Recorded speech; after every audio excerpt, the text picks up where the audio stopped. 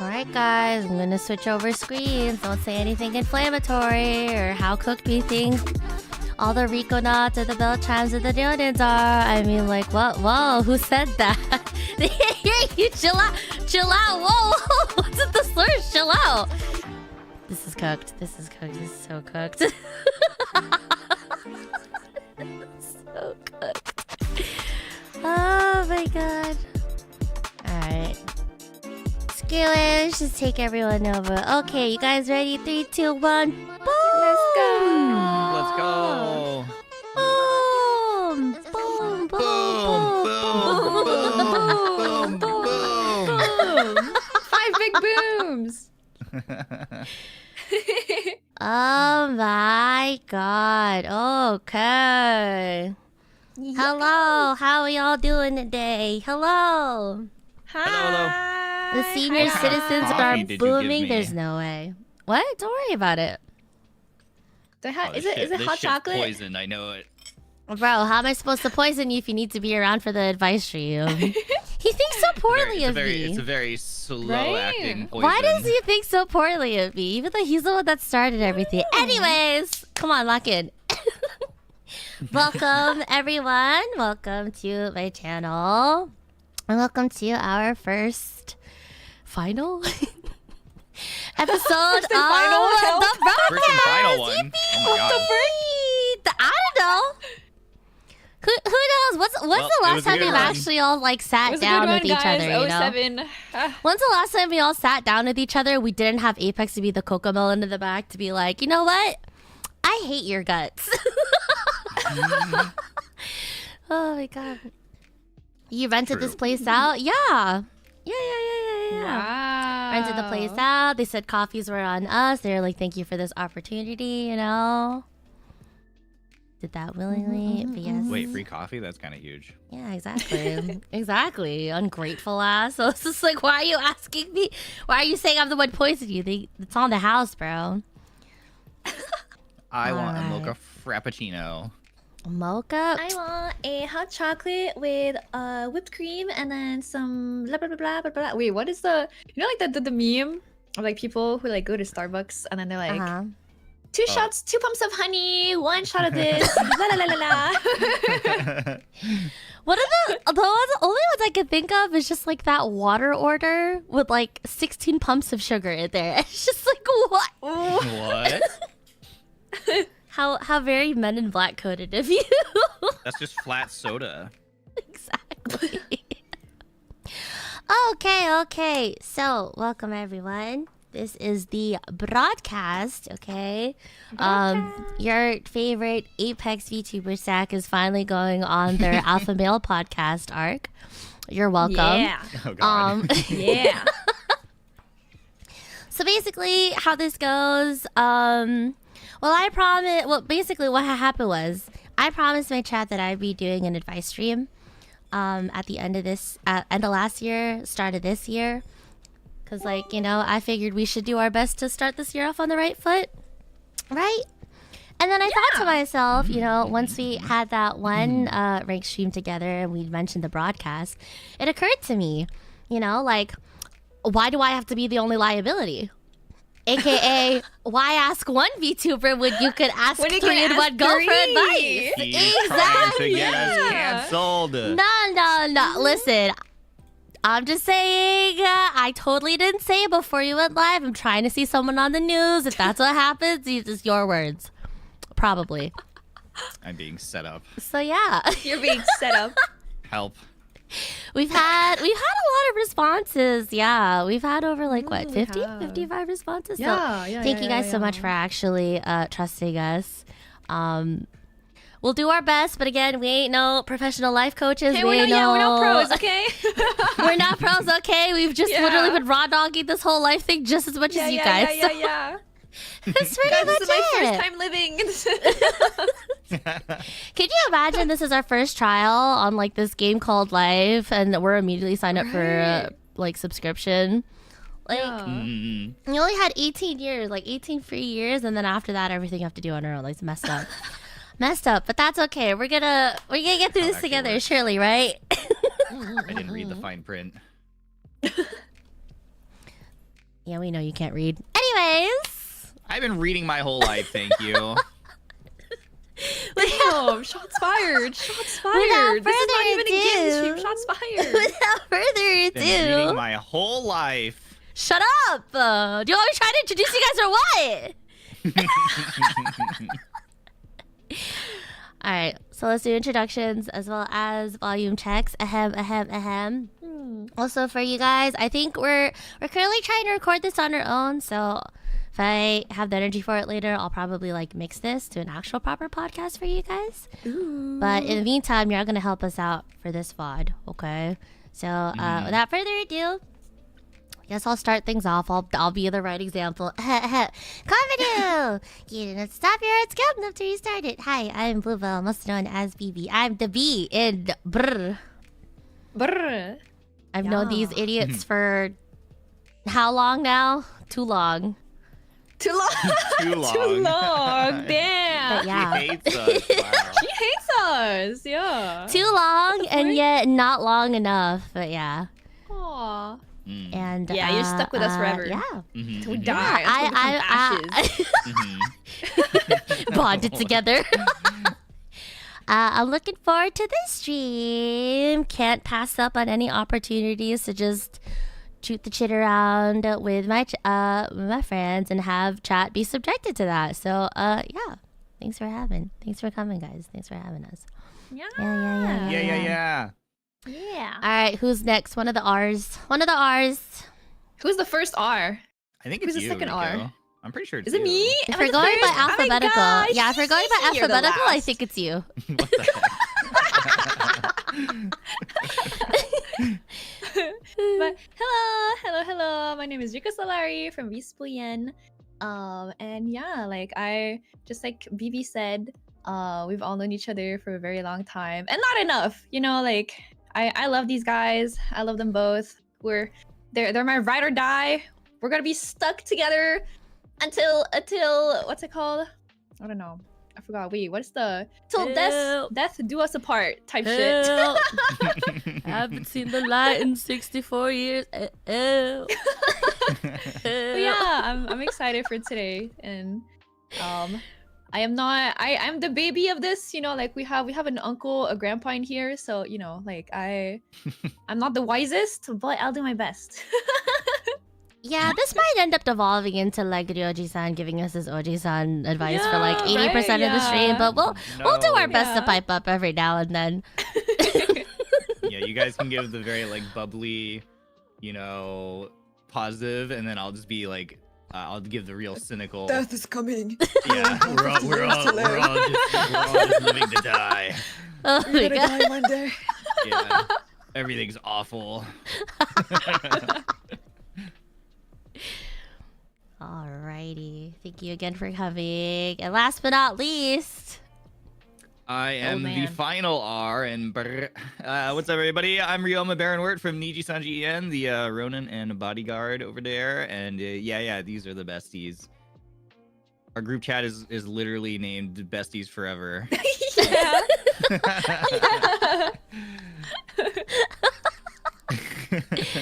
okay. Yep, I'm the oldest and therefore the most cynical of the group. I'm here to keep everything. Cynical. I'm here to keep everything grounded and realistic. You've been warned. Wait, I thought you're supposed to be the senile one. I'm supposed to be the realistic one, and then Rico's supposed to be the hopeful light of the future. I thought that's why we were in this order. Oh, I thought we didn't that's why you discuss sat that in this beforehand. order. My bad.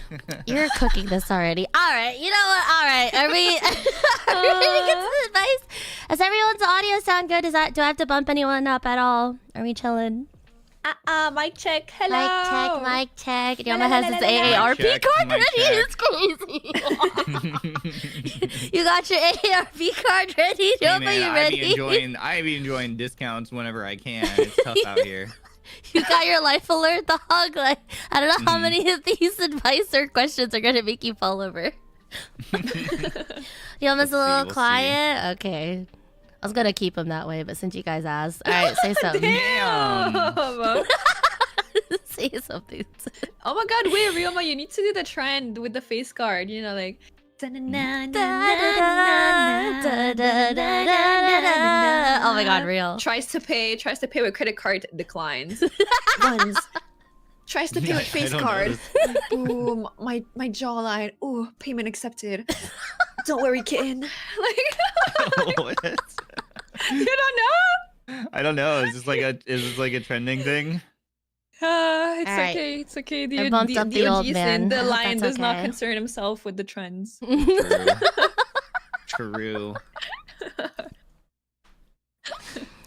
Okay, so without further ado, yeah, we got through introductions in the first 15 minutes. I'm so proud of us. Okay. Wow.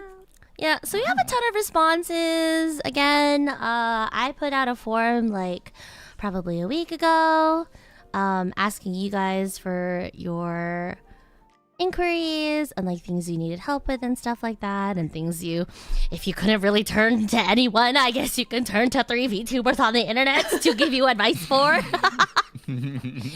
We've had a lot of responses, and honestly, thank you guys again for entertaining us as well as also trusting us with all the stuff that you're divulging today.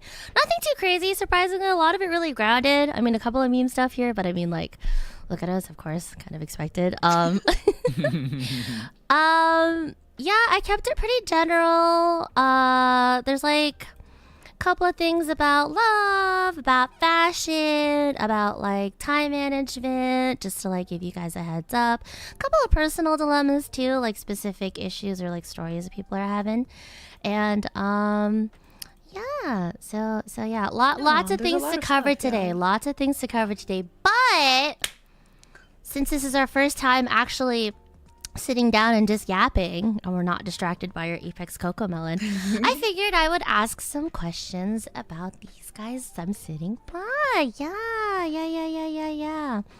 I let it slip towards the end that, like, you know, this is our actual first time sitting down with each other, like, on stream.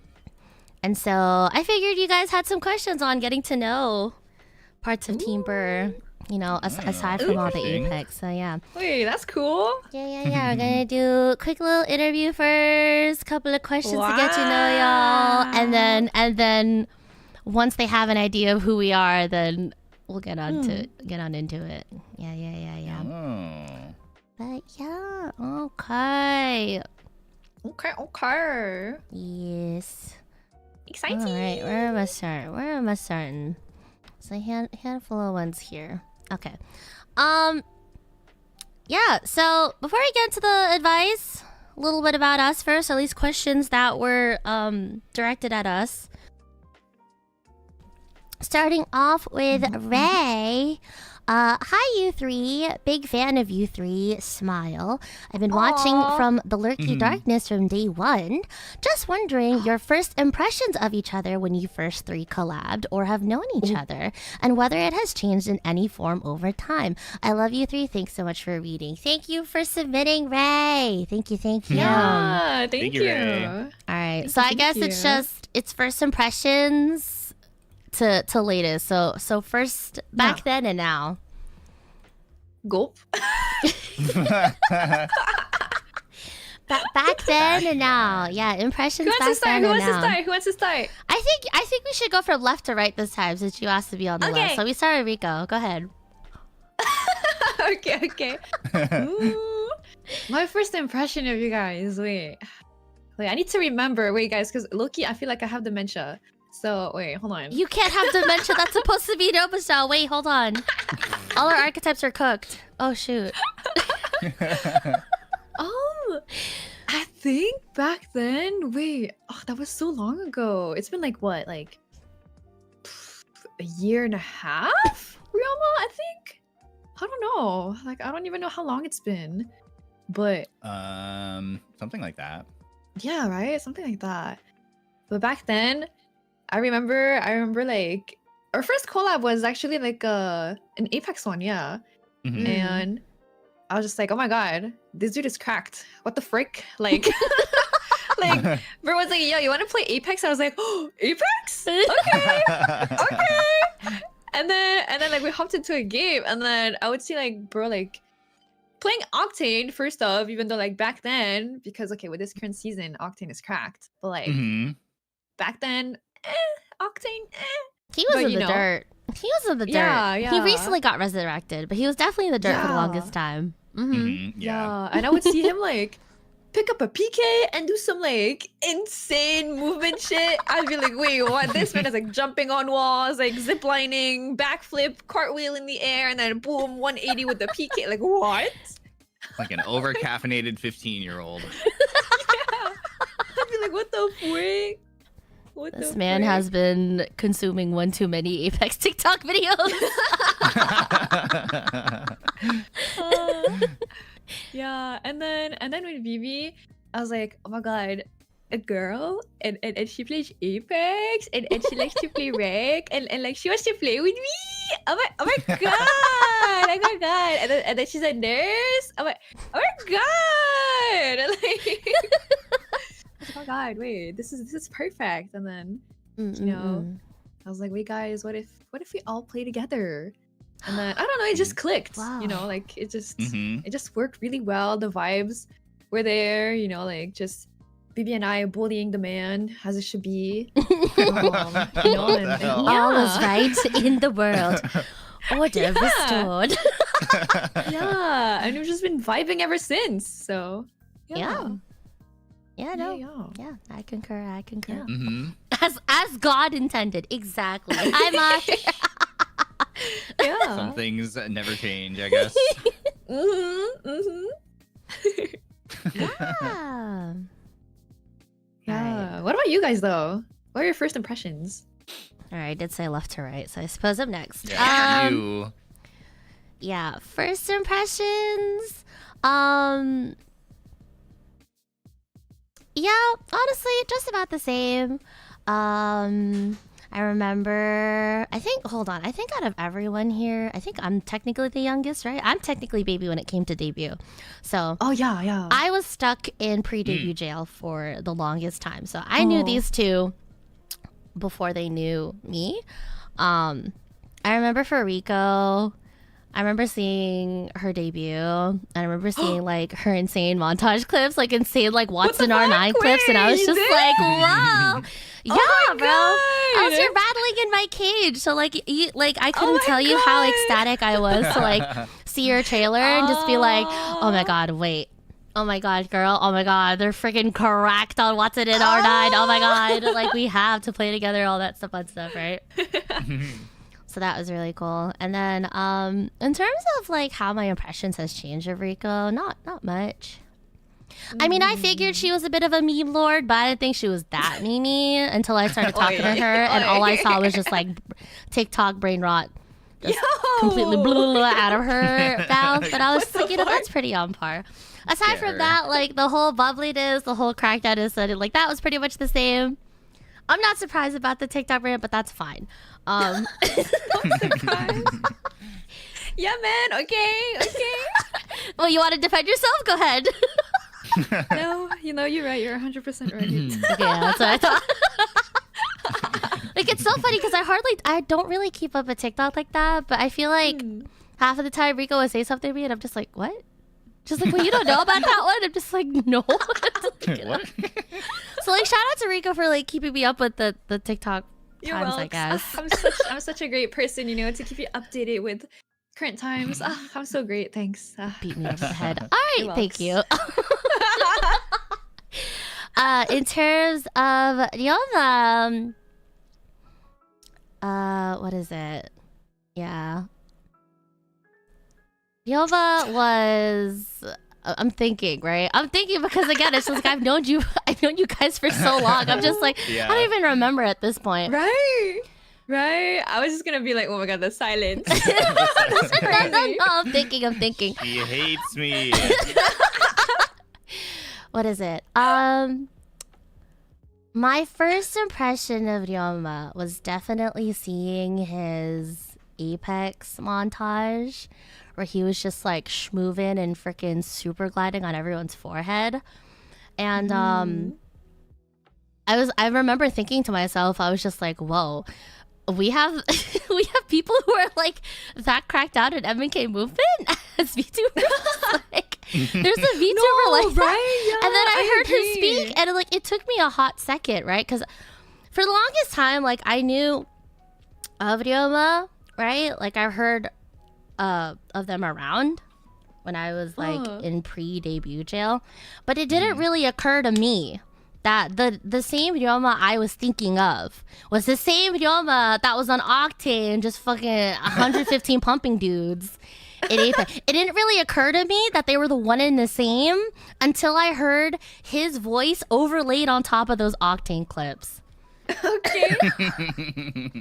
Because I remember seeing Nova and I was just like, oh wow, cool Ronin design. He's also really willing to like help everyone out. Wow, that's sick. But it really occurred to me that Ryoma, that Ronin was the same Ronin that was out here just like styling on people on TikTok until I saw those clips together and I was like, wait. Yeah, and aside from that, yeah. Despite all of our banters, like, you know, you figured he would also be just as like brain rotted as Rico in terms of TikTok, especially the way that he moved. But turns out he's just like really down to earth, really chill. Like one of the only people in the space I feel comfortable just, you know, being myself around. Both these people here actually. Yeah. So, yeah, pretty much it. Yeah. That was really long. All right, your turn, old man. Go ahead. Let's see. So with Rico, I also remember watching Rico's debut. And I remember Hazakashi! Oh my god. Yeah. Hazakashi! I remember trying to keep I remember trying to keep an eye out for her and trying to figure out like where she was gonna pop up. And I knew who she was. I knew. I'm a knower. Did you know before? Yeah, I know. Oh, so you told her but not me. Okay. Oh, no. She didn't tell me. It's just No, like I heard her. I heard her, and off of vibes alone, I was like, I know in my heart of hearts. I know who Rico is. You know who that is? My wife. I knew. I was Yes. like, VTuber, Watson main. Hi! But Wave emoji. You can't see, but I'm waving my hand. Hi! no, I was excited because it was like, oh, we have Watson main VTuber. Now let's go. So I remember reaching out to you, be like, Apex time. The Watson VTuber, but no, Rico is like you said, she's so fun to have around because she's so bubbly. She's our little Watson main. Watson mood maker for sure. Yeah. Allons-y. Oh god, I'm being perceived. Oh my god, people think about me. Oh my god, guys, wait. Look at her, look. Look. I remember way back one of the times we played. I don't even know if you remember this, Rico, but like way back. Literally the first time we played. I was on Octane, like you were talking about, and we were on Olympus, and I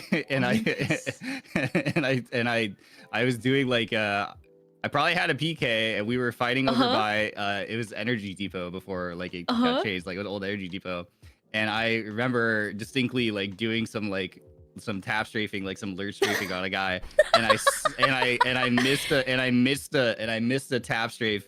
And I just slid off the map, just like off the top of the building. And, I just went off the roof of the building and over the edge. Deserved. That sucks. And I remember just like screaming, and you were like, "What? What happened? What's going on?" It's so funny. I remember that so distinctly. And then BB. Oh god. BB. I mean, BB is still like the same, the same gremlin energy, from even way back. Whoa. That I've always. I've grown up a bit, have I not? I remember seeing her for the first time, as another person in the Apex space, and just being like, oh, this person's a gremlin. Whoa. Yeah. Whoa. I might be Absolute a gremlin, but I can clean up when I want to. Ooh. I can clean up when I want to. I just don't. But I could if I wanted to. But no, it was. I just remember being like, oh yeah, this person is like hell Apex brain rotted like me, because he's just always on Apex too, always on Apex as well. No, but to be serious, like I was like, oh, I always remember BB's always been the thing I also really love about BB is like how genuine and down to earth she is. Like like I like to make fun of her and call her gremlin, but like she's actually super grounded.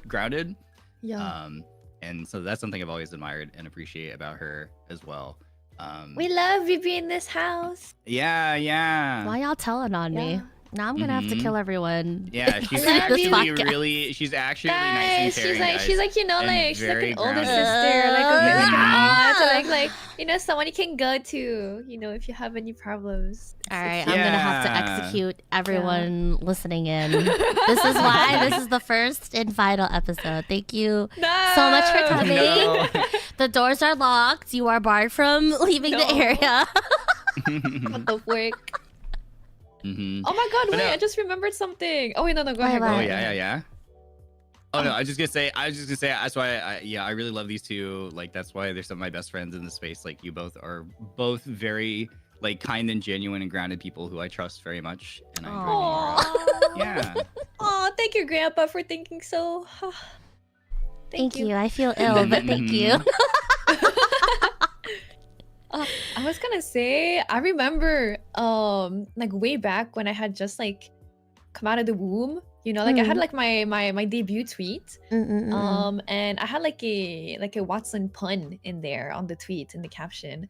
I think I remember Ryoma replying to it and be like, replying with a Watson pun as well, and just flexing his Watson skins to me, and I was like, "What the fuck? Keep your windows open at night. I'm gonna steal your skins." It's like, does this man know ball, or is he just flexing on me? Like, yeah, bro's like, Watson, here, look at my collection. I was like, what the fuck?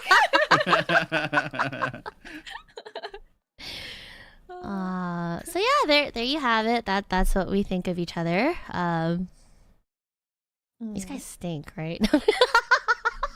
My bad, I haven't showered today. These guys. Oh, girl. Sorry. I just had to tell on yourself. I'm dead. Okay. Well, sorry, that's why I wanted to be on the far end of the table, you know? That's so, yeah. That's why. And that's why you asked for like the strongest coffee roast here, right? Just like mask the smell. Yeah. To conceal my odor, yes. I was wondering why we were just drinking just straight black coffee. That makes sense. I mean, I asked if she wanted like sugar or milk on that. She's like, no, it's fine. Just like, you know, just let the coffee permeate. It's fine. All right. Well, speaking of Apex, this is a great time to lead us to our next question. This comes in from the Big N. Hello, N. Thank you so much. As someone who loves (hates) Apex Legends for several reasons, I first got interested by watching VTubers play back in Season 8, including the one who happened to favor Mirage. Who's a VTuber out here favoring Mirage? Who are you talking about? Favor Mirage is crazy. What got you all into trying Apex from the start? Thank you again, Big N. Yeah. So, what are your Apex origin stories? The Apex origin. Wait, do we start left from right again, or do we switch it? Do you want to switch it up? Make the old man talk first. Yeah. Okay. Let's go right to left. We'll just keep alternating. It'll be fine. Just go down to the line. Yeah. Okay. So my Apex origin story was, well, I got really into battle royales, so I've played pretty much every battle royale game in existence at this point, I think. Fortnite. We love Fortnite.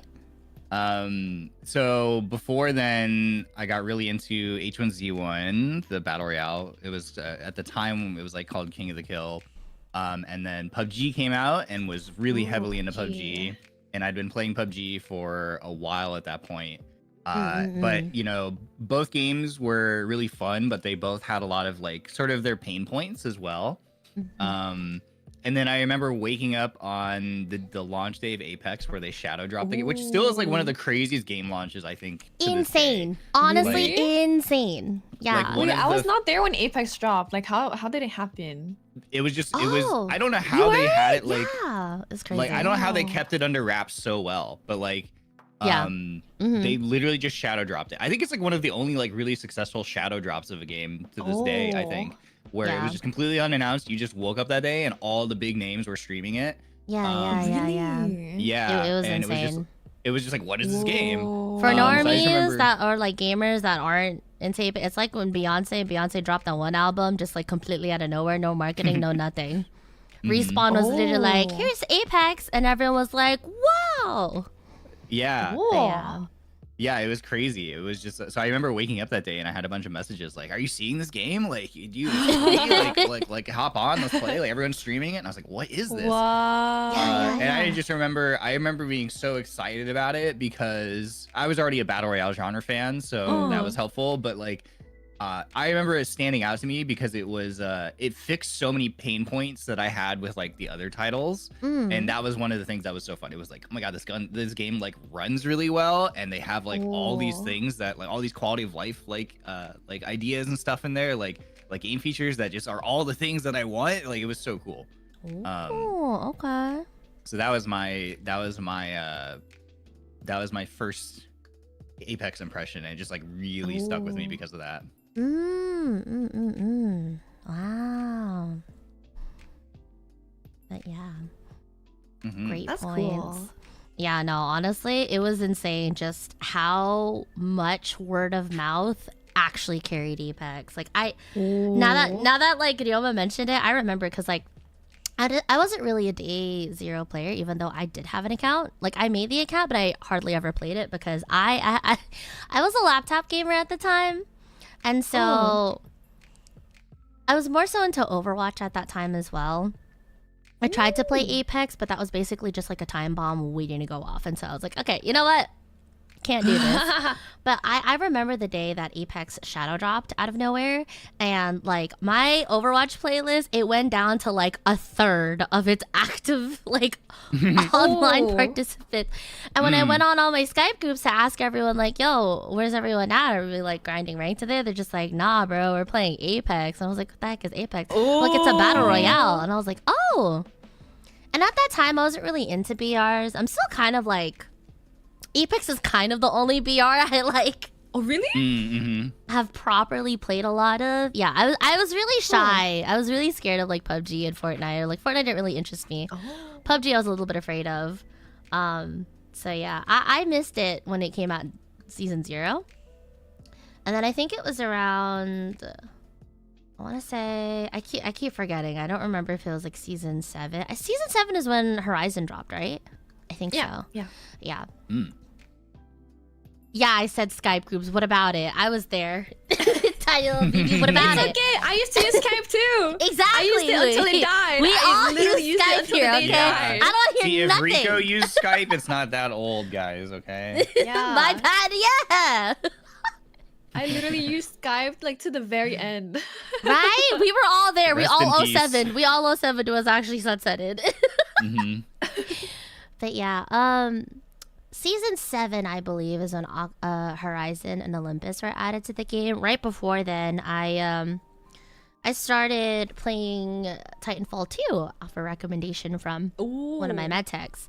And I loved TF2 so much. I loved everything about it. I love the movement. I love the gunplay. I love my robot Pookie Bear BT. Wherever he is out in the stars. I miss you, babe. And I loved it, and I wanted more of that. And so my med tech was like, oh, if you like Titanfall so much, you should try out their sister game, Apex Legends. Like, it has similar movement. So then I got on Apex finally, now that I had the PC to run it. And I looked through the roster, and I saw Octane, and I was like, he doesn't look right in the eye. He's kind of cute. And then I blink, and here we are. Yeah, that's basically it. I was like, something not right with that one. He's pretty cool. Oh, he goes really fast. And then I heard about his bestie Lifeline. I was like, wow, Lifeline's really cute. Wait, you mean to tell me I don't have to be out of a fight to res people? Get me in there. And so that's yeah, I've been a Lifeline main ever since. Were you like always a support player in like games before then, or? Yeah, I was typically always a support player. In Overwatch, I was like Mercy Lucio and then Mercy Ana main to like Masters-ish. Yeah, and then I'm trying to remember what other games I played before that. I think I was big into MMOs prior to getting into like multiplayers. Yeah, I played like excuse me. Well, there was S4 League, that's an arena, and then there was like Vindictus and like Babelstory, and I typically tend to gravitate towards either rogues or healers. So yeah. But yeah. All right, Rico, your turn. What's your questions? How'd you get in there? For me, I only started. Okay. Well, I didn't start at season 0 or like very early on, like you guys, because I actually had no idea that the game existed. Until like later on, like way later on. Like I used to be a PUBG player. Well, PUBG Mobile, because back then I only had a laptop. PUBG. Oh my god, same. Yeah. Yes. Yeah, like laptop gamers rise up. You're valid. Yeah, not on an actual computer, because I had like a really bad like Toshiba.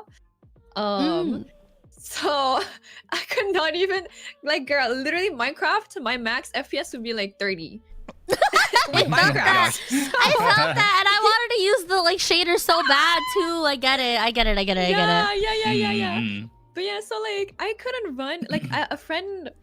Yeah, like I couldn't even run PUBG back then. So I used to just play PUBG Mobile, and on PC, yeah, I would just play like games like Minecraft or freaking Osu on PC. But I had never played like, I don't think I had ever played any shooters on my PC because I just simply could not run them. Yeah. But then I remember at some point, like I heard of the game Apex, and I just like took a quick look. And I don't remember when that was, but you know, being a strong PUBG player or just like, you know, an enjoyer of like games such as like Call of Duty, like very like realistic looking shooters, you know. When I first saw Apex, I was not a fan of it. I was like, what the frick really are these guns? It is really arcadey. I was like, what the frick are these guns? These are not shooting actual bullets. Why is this like futuristic? Or like why do characters have abilities? Like why is she floating in the air? Like what is happening? So I didn't like it, you know. I was like, I don't like that game. And then fast forward to like, I don't know, like 2021, 2020, something like that. A close friend of mine is like, Rico, play Apex with me and this other friend. And I was like, because I don't like the game. I don't like it. And they're like, please, we need a third, please. And I was like, okay. And so I downloaded the game. And it was shit. Okay, I was absolute trash. I was so bad. Like, and I mean, it's fine because my friends were not, they were not also like the greatest at the game. We would basically be playing looting simulator for 20 minutes until there would only be one team left, and then we would die to them because we were bad. Hey, we all have to start from somewhere. I'm just saying, we all have to start somewhere. Yeah, but I didn't like that, and also like I also like, I don't know, I was so bad that when I would play with my friends, we kept on losing, you know, like we would lose all the time, and then the moment I wouldn't play with them, they would start winning, and then I'd be like, also, I'm the problem, okay? I'm the heavyweight, okay? So I was like, okay, I don't want to play this game anymore. It's too difficult. Let me uninstall it. And that was like, I think season 7 or something. And then like fast forward, like I don't know, like a year later or something like that, another friend of mine goes like, okay, Rico, I know you said you don't want to pick up Apex again because you suck or whatever, but I don't care. You're going on a training arc. You're going to get good. And I was like, but I don't like it. And it's like, I just want to play PUBG, or like, let me just go back on Valorant or Overwatch or something like that. Like they were like, no, training arc, summer training arc now. And then, you know, like against my will, I started playing, and then I low-key started enjoying the game. And I started playing it every day, and then I became addicted, and now here I am. So yeah. I just want to say, like, you have gotten so much better at the game since like a long time ago. Like I remember you having those moments of being like, no, I'm bad at the game. Like you like had all this, you had like all this self-doubt around Apex. I mean, I still have it, but no, you're so good now. And especially like compared to back then. And I remember like I genuinely remember like watching the progression, and then like not playing with you for a while, but then like playing with you, and then Like and even like now and stuff too. It's just like, oh my god, like she's actually like so good at the game now. So it's like, oh my god, what the fuck? I feel like Ryoma is like the parental figure that's proud of me right now. What the frick? Oh my god. That's how I feel. That's how I feel. Because like I've We're seen the progression. Yeah, I've seen the progression, and you're like so good now, which is really cool. Because looking back on it, before you were so like in your own head. You're like, I was bad at the game. I'm bad at the game. So yeah, it's been cool to watch. Yeah. Tears in my eyes. Guys, we can't be sentimental already. It's only been like the first hour to stream. It's the second question, guys. We're cooked. We're cooked. Oh my god! Wow, it's so cool. Cause like I know I've always talked about my origin story. I don't think I've ever heard you guys about your origin story. It's nice to know we came at the same time. I think Rico and I actually touched the game at the same time, and Gramps has always been here. He's been here the whole time. I mean, he's prehistoric, you know, like he's seen the beginnings of Apex, and Back in my days, you could put a rampart turret on the crypto EMP nonsense. It's back like in that's the day. Back in the day, you could put a 3x on the R9. I swear to God, everything I hear on the Scout. Oh my God, yeah, that was a thing too. You would open the big doors that like market if you were climbing one, and they would kill you, like all that kind of stuff. I'm telling you. Do you not remember that? Do you not remember that? Like you know the big like heavy doors that go up, like at like market and stuff. Yeah. Or like at I didn't know that killed you though. Or like the sides of the caustic thing. Yeah, like. Oh my God! Remember when the care package would kill you? Yeah, the care package. That was my favorite thing. The care package or when Lifeline had a shield, like with her res. Dude, I can't believe they gave the shield just to give it to another character. I was like, dude, right, whatever. I'm not upset or nothing. I'm not. Good old days. Yeah, if you were climbing one of those doors and someone opened it, it would kill you instantly.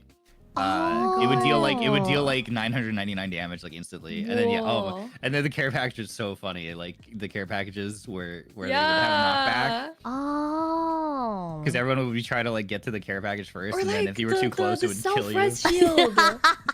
Yeah. Like the gold shield. It's a self-res. Oh my God. Self-res. Blight on the game. I'm so glad they took that out. Oh, not gold shield. My God. So hell.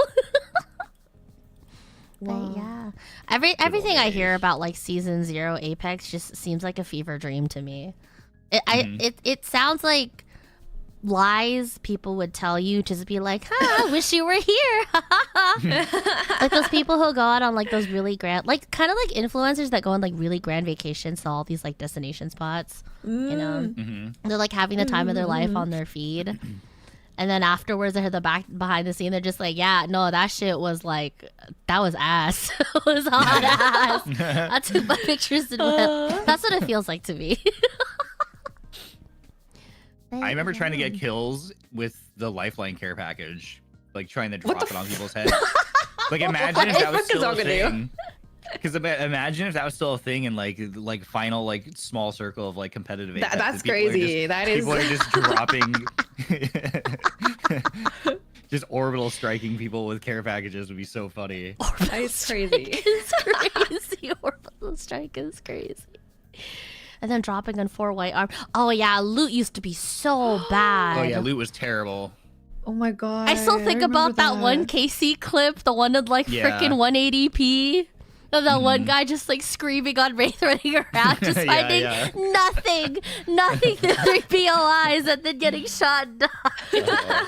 Yeah, I think a thumbs clip. I'm like, I can't. That's iconic. Oh yeah, but that is our Apex Origins. Wow. Wow. Great times. Great times. I'm curious to see how much Apex will change in the next couple of seasons, because I remember the devs saying that like Apex is here to stay, at least for like another 4 or 5 years, and we've already had like grand changes in the last couple of months, so kind of curious to see where their game is going forward. Yeah. Yeah. But yeah. All right, 2 questions in, 49 minutes. We're on track, guys. We're knocking this out. 50 more. We got it. Thankfully, some of these other ones I could cluster, but Yeah, I figured since now's the chance they can ask us directly. Screw it, might as well. We might as well yap. Literally all 3 known yappers. Alrighty. Switching gears from Apex though. Gonna start going into other topics like our preferences. Choose 1 or 2. This basically just decides which question I'm asking. I like 1. First. 1? Okay. All right. So first question, just for, I guess, figuring out how we think, I guess. This is from Anonymous. Hi, purely hypothetically, if one had to choose what wild animal to be magically transformed into, what would each of your recommendations be and why? Oh God. Yeah. So like, wait, I'm so bad at those questions. Wait, if you, no. So it's either like, what wild animal would you recommend someone to transform into, or like what animal you'd want to transform into? What's your animorph, OC? Exactly. Animorphs. What's your animorph? Yeah. Wait, that's the thing. Whenever people ask me that, I'm like, I don't know. I have no idea. Persona is crazy.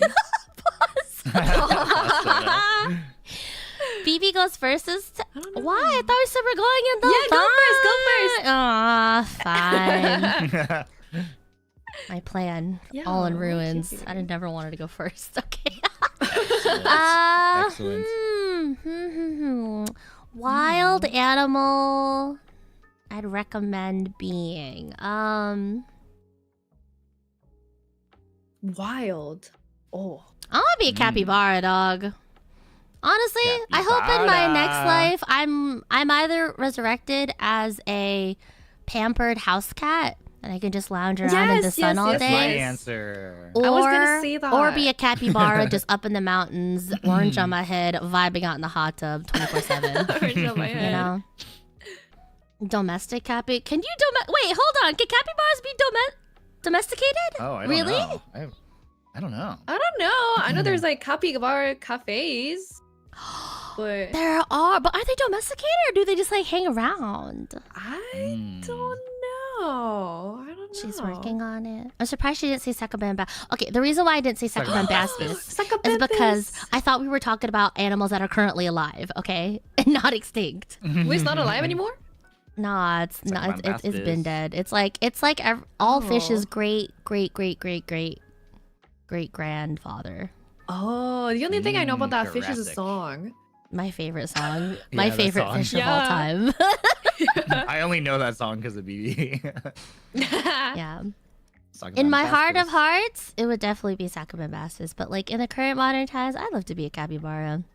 Capybaras, I don't think, like, honestly, I think it works out too. Because like, they're just chilling. I don't think they have any actual like other animals they're beefing with. Yeah, I don't know. Yeah. I think they're just there. Pretty much. I say capybara. What about you guys? I'm gonna choose Rico. Go next. I think I would be the pampered cat. Cat. Yoinking Ryoma's answer. No. What the hell? Yeah, honestly, I don't know. Like, I always suck at these types of questions. Like, people are like, what animal would you be? Because I don't know. Like, what am I? Who am I? What do I do? I don't, like, you know?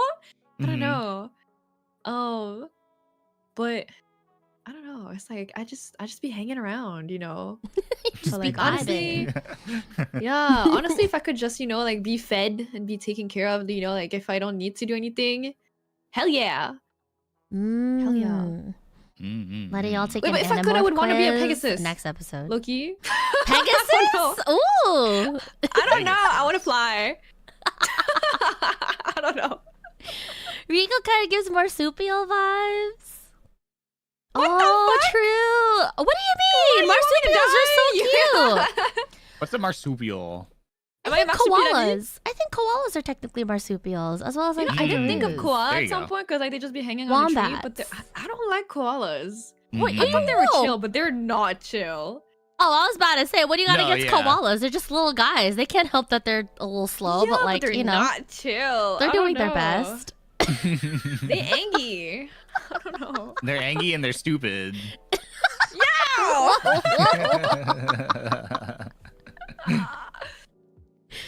What the frick? Yeah. Oh Maybe, my god, maybe just a everyone in the chat cat. has I don't something as know. cool as that's crazy. I know. I I feel like see. I'm grumpy like a cat. Like a black cat. I don't know. You grumpy? I don't think I've ever seen it. Yeah. Yeah. All right, idiom. Your answer got yoinked. What's your backup? Yoink. My answer is always the house cat. What the hell? All right, well, if I can't be pampered house cat, then I don't know, probably some kind of burb. A burb? Oh, Bird would be cool. Flying would be cool. Mm-mm-mm. Or what's the bird that can like mimic like all like pretty much every sound? Is it the lyre bird or whatever? Oh. No, like the parrot. Never mind. There's like the bird that like can mimic like all kinds of sounds. Like they can sound like they're like a laser. Like why do you want to sound like a laser? Hello? Because then I could troll people. No, they're freaky. Like they can mimic like I don't know. I think they can mimic like you could sound like a crying baby or like some sort of like power tool. Like they're crazy. Bro, yeah, bro they're wants to haunt crazy. people. Bro wants to scare. What is that tail? Wait, that tail is crazy. Yeah, they can make like any sound. That tail, you could just troll people. That is not proportionate to their body. Can they whip people with that? Like what? See, I was like, yeah, it sounds. You probably would sound like a charge rifle if you played an audio clip for it of a charge rifle. I bet it could. Okay, man. Okay. Terrifying. Yeah, make sure you do it with the select fire on. I've never seen that. Boom, boom, boom. That's so crazy. Interesting. I'm learning more about you guys today than I've learned all year I've known you guys. Yeah. See, Nico and I, we're thinking how comfortable we are. The easy life, you know. You know, I easy was gonna life. go that route, but then the easy life. No predators on our name. No other beefs we have to our name. My chill, pampered, easy life, then I choose chaos. Nobody can. Right? Nobody can relax. You know, but it's just like if I have to go through hell, everyone's coming down with me. Like that's exactly. Crazy. Interesting. Suffer as I have suffered. All right, dude, chill down. Not the chill out. Hello? Put the shotguns away. Oh my god. Interesting. Wow, this is great. I'm learning so much about my besties. All right, and I think that's pretty much it for all the ones about us. So now it's about our advice. Yeah, advice time. All right, what are we starting off with? Do you want to start off with some... Oh, hold on. We could probably start... We could do a little fashion. We have 2 on fashion over here. Fashion, okay. Yeah. Oh, okay. Well, I figured we'll like start off with topics like we're invested in, and then we'll start working our way up to the intermediate questions, being the love advice ones and the personal ones, maybe, you know. You know, like yeah. Dip our feet in the water. All right, advice time. We're gonna start off with some fashion. This one comes in from Kay. Hi everyone, I hope you're doing well. I have a fashion question. I want to revamp my wardrobe from scratch, but I don't know where to start. Are there any go-to fashion tips you'd recommend or fashion faux pas to avoid? Also, what do you do with pieces you don't wear during the year, i.e. where do the thick coats go when it's spring/summer? And then S is also asking, you know, what's one piece of fashion advice or something you'd like to see? And there's another one that also asked the same thing. Oh yeah, no, that was basically both of them. Yeah. And then a little bit about us too. Anonymous also asks, wanted to ask how you 3 style yourselves, and is there a specific way you do it or specific clothes you like to wear the most? So yeah. Okay. Any fashion tips? I'm gonna let G take the floor lucky, because you got a real G-son over here. Yeah. I'm gonna let y'all take the floor, because me, I'm a bum. I'm a bum. What the flick? I'm a bum. I'm a fashionable bum, but like I'm Other than like the 1 or 2 dresses I keep on the back burner, I have the sweats. I have like the tank tops. Comfy. My hair's in a bun, all that stuff. Comfy, yeah. comfy. Comfy's I mean, probably the word, but I like being a bum. So. Jesse, thanks so much for the gifted. Yippee! All right, fashionista experts, go ahead. Okay, let me reread these questions really fast. So like someone building or revamping a wardrobe from scratch, and then general fashion advice / what are our So like, how would you basically style yourself? How would you recommend others style themselves? And like maybe one piece that is a must-have for your wardrobe. God. Yeah. Okay, so this is tough. So I would say like if you're revamping your wardrobe or starting from scratch or whatever, I think you have to be, my advice would be careful of, it's really easy with social media and stuff nowadays to like see a specific piece or a specific fit and like buy that specific thing. But I would be careful when you're shopping to try not so much to buy pieces, or like, how do I describe? Oh God, it's like, it's way better to get things that like will go well together that you can combine into multiple different outfits. Oh yeah. buying, Instead of like just for one outfit. Yeah, instead of buying like this one specific thing that you saw someone wear, I do the same. Yeah. Yeah, and I do this sometimes too. You'll see like something really cool, and you're like, oh, that's so sick, and then you buy it, and then you realize that like it only goes like you can't wear it with anything else. Yeah, you can't wear it with anything else. Write that down. Write that down. Chat, write that down. And so that can be okay. It's great. It's great to have like some fashion pieces, like some fashion statement or some statement pieces. I mean, you know, that can be really cool or interesting or fun to wear occasionally. But I think if you're trying to build a wardrobe, especially from scratch, it's way better to focus on like having like a much better like base. Like a wide range of things that you can like multi-purpose kind of. Yeah. I think the term for it is like capsule like wardrobe. So if you ever like want to Google that, you can like how to build a capsule wardrobe. That like if you know nothing about fashion and you're starting from scratch or just sort of beginning your fashion journey, like trying to build like a capsule wardrobe can be like a good starting point because it will just give you the idea of how to pick a bunch of like very basic items that are interchangeable with each other. And then so you'll have just a bunch of you'll have a small number of pieces that you can use to create a large number of outfits. Okay. They won't be anything like insane. They will all be very simple because that's very like mix and match. Yeah, but that's a really good place to start. I'm at the point in my fashion journey where I've overconsumed. I have way too much stuff, and I need to like sell stuff. You're just swiping that card all the time, huh? Yeah, swiping that card all the time. That's crazy. Yeah. It's really easy once you get into it to get to that point, and then it's like. I have so many pieces where it's like this only looks good with like a certain like specific other piece with my outfit, you know, in my wardrobe. So it's hard to wear all those all the time and I actually get use out of them, which feels kind of bad. So I think, because when I started, what I would do is I would see like some sort of inspiration on social media, like some guy in a specific outfit, and then I would go like, oh, what's that? I would go buy that specific pieces.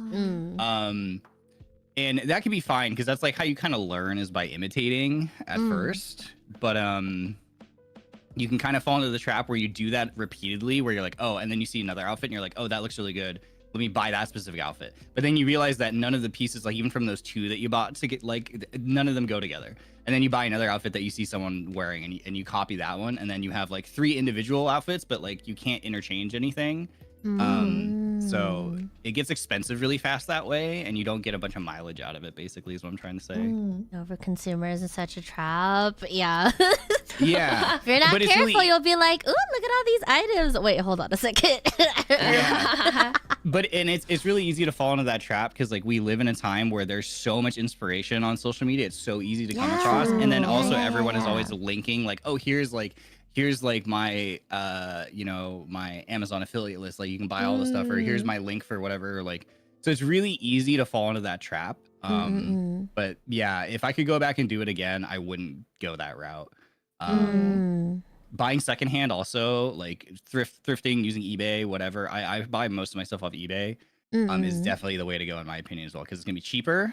And you can get things in your exact measurement. So that's the other piece of advice is like learn your measurements, like learn your body measurements, learn how to like, you can just get like a string measuring tape for have a tape. Bucks. Yeah. And body type, right? Because like I know that some pieces it might look good on the model, and then people get it and they're just like, WTF? Why does it look so different on me? But it's because like the specific piece that they got was for that model as opposed to something tailored for them. And also like sometimes online, like, you know, with pictures, like because like, okay, sometimes like the models, when they take the pictures, the clothes are not fitted for them most of the time. Usually like, not, yeah. Then you usually have to like pin them and stuff too. Like pin them behind, So sometimes, you know, some articles, some items may look super good online on the model, but then when you buy it and you look at the shirt, you're like, wait, what the fuck is this? So that's where the measurements come into play. Like, hold on, wait a minute. Wait a minute. Yeah, if I could go back and do it again, I would save myself a lot of money if I had just learned how to take my own measurements and then consult whenever you're looking at like a product. If you're buying something new online, look at the sizing guide. It's not always accurate, but some of the time it is, where it will tell you like, oh, okay, so it might be listed as like a medium or small or whatever. But then it will give you the measurements for the garment. So it'll give you like the bust, or it'll give you like the waist or the sleeve length or whatever. So as long as you know all those things, you can go like, oh, that will. And then once you have pieces where you really like how they fit, you measure those pieces. And then so you can then shop for other like similar items that have similar measurements, or you know your body measurements and you know kind of how you want it to fit, and then you can compare that to the numbers on the website. Or on like eBay. Like I only buy from eBay sellers that like list the measurements for the item or have pictures of them with like a ruler. I would have saved myself so much money and time. That's why I like shopping IRL more than like in person, more than online, because it's like at least, you know, like in person you can try them on. The dressing rooms, but then online, like I do shop a lot online, but there's always that little gamble of like, oh, is it actually gonna fit, or like, oh, is the fabric really good? Because you can't tell. Like I don't know about you guys, but I like to feel the texture, like the material, like the fabric of the clothes that I'm buying. And sometimes there's like really good looking clothes that I want to buy, but then when I touch them, I'm like, wait, I don't like this fabric. This is you know, Another thing too, make sure you get stuff that's like, so I know, can you actually be allergic to certain fabrics, or is it just like the detergent that they you can be. Or you just find it particularly irritating. Like irritating, Like I don't like acrylic. Acrylic sucks. A lot of things these days. You need it blended for sure. There's a lot of because of you know, just saving costs. Like a lot of man-made things like acrylics and nylons and stuff will be used nowadays. And I don't like that. It makes my skin itchy. Yeah, great points. Anything else to add? I think we got a lot of them right. It's just that's get pieces that you can mix and match, know your measurements. Be mindful of the material you use. Body type and proportions, like learn about how to style with proportion. Because that's the other thing too. Is like you'll look at an inspiration and you might copy that outfit, but then you get it and you're like, why doesn't it look good? Like, why doesn't this look good on me? It's probably because maybe the proportions are different. Like cheap clothes that are styled and proportioned correctly for you look way better than expensive clothes that aren't, if that makes sense. So just kind of know, like, kind of do some research about like maybe, you know, what is similar to your body type and like what kind of items look good with that.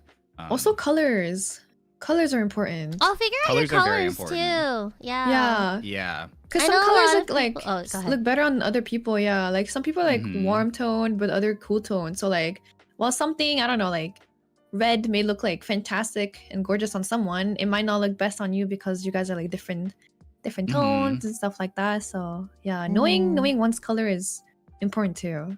Really important. And you either know that if you just try, really. I feel like it's just trial and error, really. Yeah, trial and error, or like I know some people go to like shops now, I think, right? Like there's people who specialize and figure out your colors. Like actual, yeah. Oh, really? That's cool. I've seen it every now and then, like when I see it pass by on my TikTok but I feel feed. But it can vary a lot. Yeah, I feel like a lot of those things are like biased too. Yeah. Or like it might just be in certain shades that are found within that culture, but I feel like that changes too. So yeah, interesting. Yeah, figuring out colors, and then there's like you guys are saying there's certain colors that work best with certain skin tones. So just Google that. Like you can Google that, and it will show you. Yeah, you can like, Google it. It's pretty easy. Yeah, it's like, oh, you'll just like you can literally just look at an image and be like, hold your hand up to it or whatever, and be like, oh yeah. Or just also like just take pictures of yourself and then compare like you wearing something red or something blue, and then see which one looks better on you. Yeah. Okay, so low oh, key. Hey Kay, what's up? Kay's in the chat. Hey. Break it down. Thank you for the question.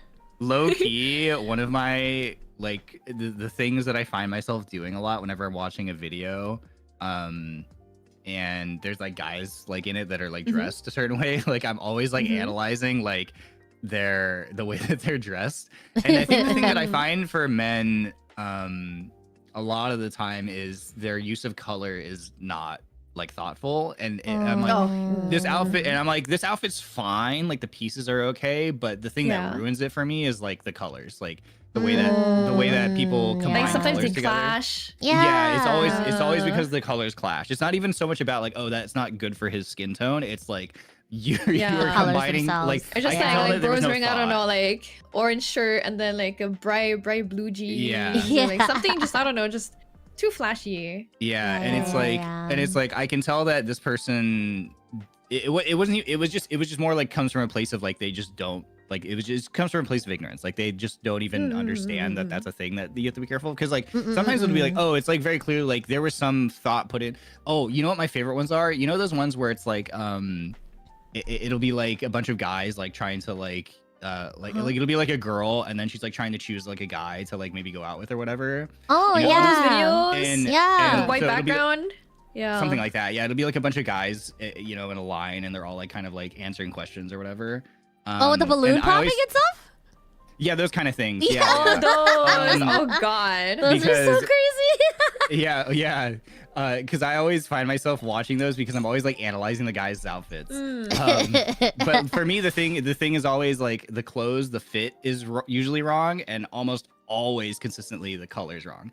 Like the elements are fine. Like a lot of the guys show up with like you can tell that they put some thought into some of the elements. Like okay, maybe they have like more like leather shoes instead of like trainer sneakers, or they're wearing some sort of like jacket, whether it's like a sport coat style jacket or like a leather jacket, but it's like the fit is usually wrong with like the pants or the jacket, or the colors are clashing, or the proportions are wrong because they have a really long t-shirt on that just like cuts their proportions in half, so it makes them look shorter. Like it's always that kind of thing. So once you kind of like learn those kind of things, it helps you actually like put outfits together for yourself. Anyway, sorry, that was a ramble. I love fashion. It's so interesting. something that's really easy too, like for outfits, when you want to like come up with something that works really well, is like I forgot what the name of it is. Is it called the sandwich method? I think. Yeah, like that works really well. It's like really sandwich easy method? To do. Wait, can someone explain real quick? Sandwich method is... It's like when you match like the top and then something on the bottom, like, right? Yep. So it's literally like picture like an ice cream sandwich or something. Like an ice cream sandwich, exactly. Yeah. So you have so one way you can do it is you can go like dark, or dark like dark. Yeah. But like for example, like if you're wearing like a wine red sweater, you could like just like I don't know, have like black pants and then have like the same color as your sweater for like your socks or your shoes or something. Like that works well together. Oh, I had no idea that had a name to it. I might not that be hopeless with fashion after all. Wow. Like you're sandwiching a color in between two other similar colors. They don't have to be matchy per se, but like of similar tones. Hair color like matters too in the sandwich method. Oh, does it? Oh yeah, it would, right? Yeah, it would. Hair color? It can. It can, I suppose, but it's more about the elements themselves, like the clothes. Yeah, or it's just like like making sure to have some colors here and there pop a bit, or like yeah, like for example, like something that I do a lot. Well, it's technically the sandwich method, or like I don't know, I don't know if it has a name, but I just like, for example, if the top I'm wearing has like multiple colors, I like having one of those colors being like appearing somewhere else on something else that I'm wearing, like be like a bag or like a scarf or something like that. Oh. Yeah, just so that like it goes well together. Yeah. It shows like it shows that you put like thought into it, right? If you have that color repeated somewhere else in like a small little like elements of the outfit, that's another good thing. There is like a thing for guys, like the most commonly worn colors for men are like white, gray, black, and blue. True. Yeah. So it's so like, true. Because That's those are very safe, very easy to style. That's my wardrobe too. Oh, it's okay. I wore those too. Me too. It's okay, baby. Like, my wardrobe is literally all black, or literally just like browns, like nudes. Like someone in chat was just like, I was not expecting Yoma to be the one with the most fashion advice, and I was just like, I already told everyone I don't care about fashion. I care about being comfy. I know Nico and Yoma are a lot more invested in, like, I'm learning alongside you guys. Okay. So like, there's nothing wrong with those colors because they're very neutral and they're really easy to style. So like the most classic example of the sandwich method is like almost everybody has a pair of like jeans, like denim blue jeans, right? Yes. So like sandwich method blue jeans would be like white shoes, blue jeans, white shirt, or exactly, black shirt, black shoes, that kind of thing. That's like a really easy sandwich method. But the other thing I was gonna say for anybody who's like, oh, that's my wardrobe, those are my colors, like at least for men, I don't know if this necessarily applies to women, but at least for men, some of the least worn colors that I think look really good and are some of my favorite to wear are things like beiges, like browns, beige, right? Yeah, like beiges and muted yellows and like olive, like kind of green tones and stuff like that are actually not worn that much by men apparently. But like those are also pretty much universally flattering. And because it's kind of like black, right? Like, it's kind of like that, like nude sort of tones. Like assuming you have the nude color like matched to you. Like I love those colors. They're so good. Yeah. All like earthy colors, earthy tones. Yeah. So for at least speaking for like any fellow men out there, if you find yourself wearing a bunch of like blue, green, or blue, gray, black, white, like venture into those other. Venture into having little bits of colors here and there. They're also really easy to style, kind of like the safer colors, but like they are like very flattering. Speaking of genders, I know someone said in chat too, like, and I remember someone mentioned this before. I remember seeing a post about this, but they're just like, don't be afraid to explore clothes marketed / tailored not for your gender also. Oh yeah, because there might be stuff that actually fit for you, just might not be marketed towards you, you know? Yeah. Most of my wardrobe is from like the quote unquote like women's section, like the women's I often shop in the men's section. Yeah, it's often like I hear that a lot. It's like women are like, oh, that's funny, I shop in the men's section, and I'm like, oh yeah, I shop in the men's section a lot. Ultimately, clothes are clothes. Like it's just labels put on it by marketing departments. So it's just like, don't be afraid to like figure. And then again, that's where your measurements are important because they're sold differently for men and women. So it's better to know the actual just like measurements in, inches or centimeters or whatever. Oh, also something with clothes is like the shape matters. So like, well, it depends also on your style, like the style you're trying to go for. But something that I really like to do is like if I'm wearing baggy pants, I like to have something tight on top, like very like not baggy on top. Or if I have something baggy on top, I do the opposite for the bottom, you know? Like playing around with your silhouette, basically, right? Yeah, silhouette is hugely important. I agree. Sky's the limit. There's something that I'll never like: skinny jeans. Yeah, skinny jeans. Me and my homies especially all on skinny jeans. Dude, I was such a skinny jeans. No, okay, back in the day, okay, like 2015, sure. But now I don't like skinny Not jeans anymore, but I used to. Yeah, not anymore. I think I've graduated and moved on to leggings. I used to wear those too. Which is technically even skinnier jeans. They're just form-fitting, I think, you know? There's a very specific aesthetic that works with it, even in today's day, I would say, but like very few people like pull that off. In general, if you're just someone who's like, I'm trying to build a wardrobe, where should I start? Just stay far away from skinny jeans. Stay far away from skinny jeans, yeah. Like at the very least, it only works like on a very specific like body type, in my opinion, and you have to have the whole entire like coordinate has to be like built around it. Otherwise, it just will like it will throw everything into disarray. Yeah. And at the bottom, at the end of the day, they're just not comfortable. They're so uncomfortable. True. Okay then, well, I guess we should wrap up this section. We know not to put skinny jeans. Like, not to cut you off, this is really freaking interesting. We should probably revisit this. I could go forever about it. Yeah, we could go on and on and on. I figure we could go on and on and on, and I've been so interested, but also I'm just like, oh shoot, we have so many others to get through. We have so many questions. Episode 2, guys, fashion focus, smile. What are we thinking about? What are we thinking about the podcast? Thoughts, guys? Santu, thanks so much for the 5 gifted. Okay, so not skinny jeans, but if there's one article of clothing that you guys can all recommend, what would you recommend then? Yeah. Like, you have to have this. It's leggings. You probably don't need leggings, but I need leggings because I'm lazy. I don't know. I think don't listen to me for fashion. I'm a huge turtleneck enjoyer. Turtleneck? Oh, interesting. Yeah. Fun. Yeah. Do you go full turtleneck or do you have like the mock kind of like half turtleneck, or is it like? Oh, full. Like I do both. I do both. Yeah. Okay. That's and it's like, I mean, I don't think it's trendy anymore, but like, you know, during COVID, like, it was very popular to just have a turtleneck and then just a shirt, like a t-shirt on top. Like that kind of fashion, yeah. Oh, but, that! Yeah. Steve John Rico is insane. Just because we said leggings and turtleneck, like it comes together. All right, but what's your article? What is a must-have it? You should have. For me, it has to be like a pair of like high-waisted pleated trousers. High-waisted pleated trousers. Oh, yep. Okay. I think pants are like one of the I usually build my outfits like based on the like, pants. The pants, yeah. Oh, that's smart. I do the opposite. I base mine off of the top.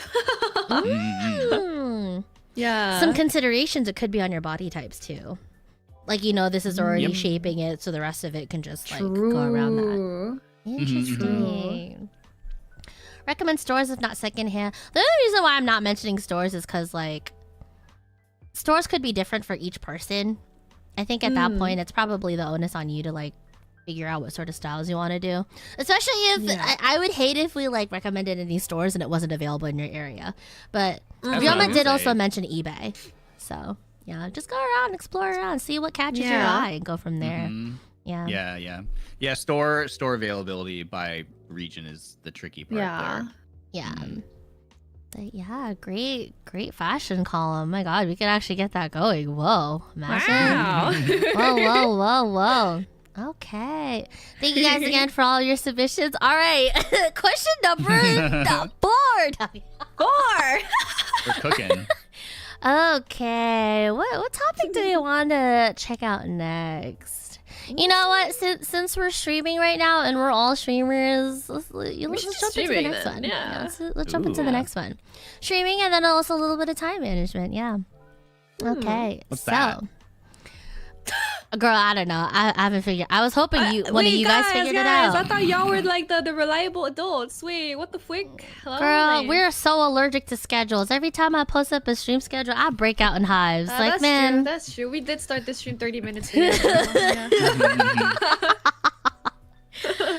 All right. Well, as we are streaming, let's continue to stay within our wheelhouse. What is it? So, this comes in from Lover 9000.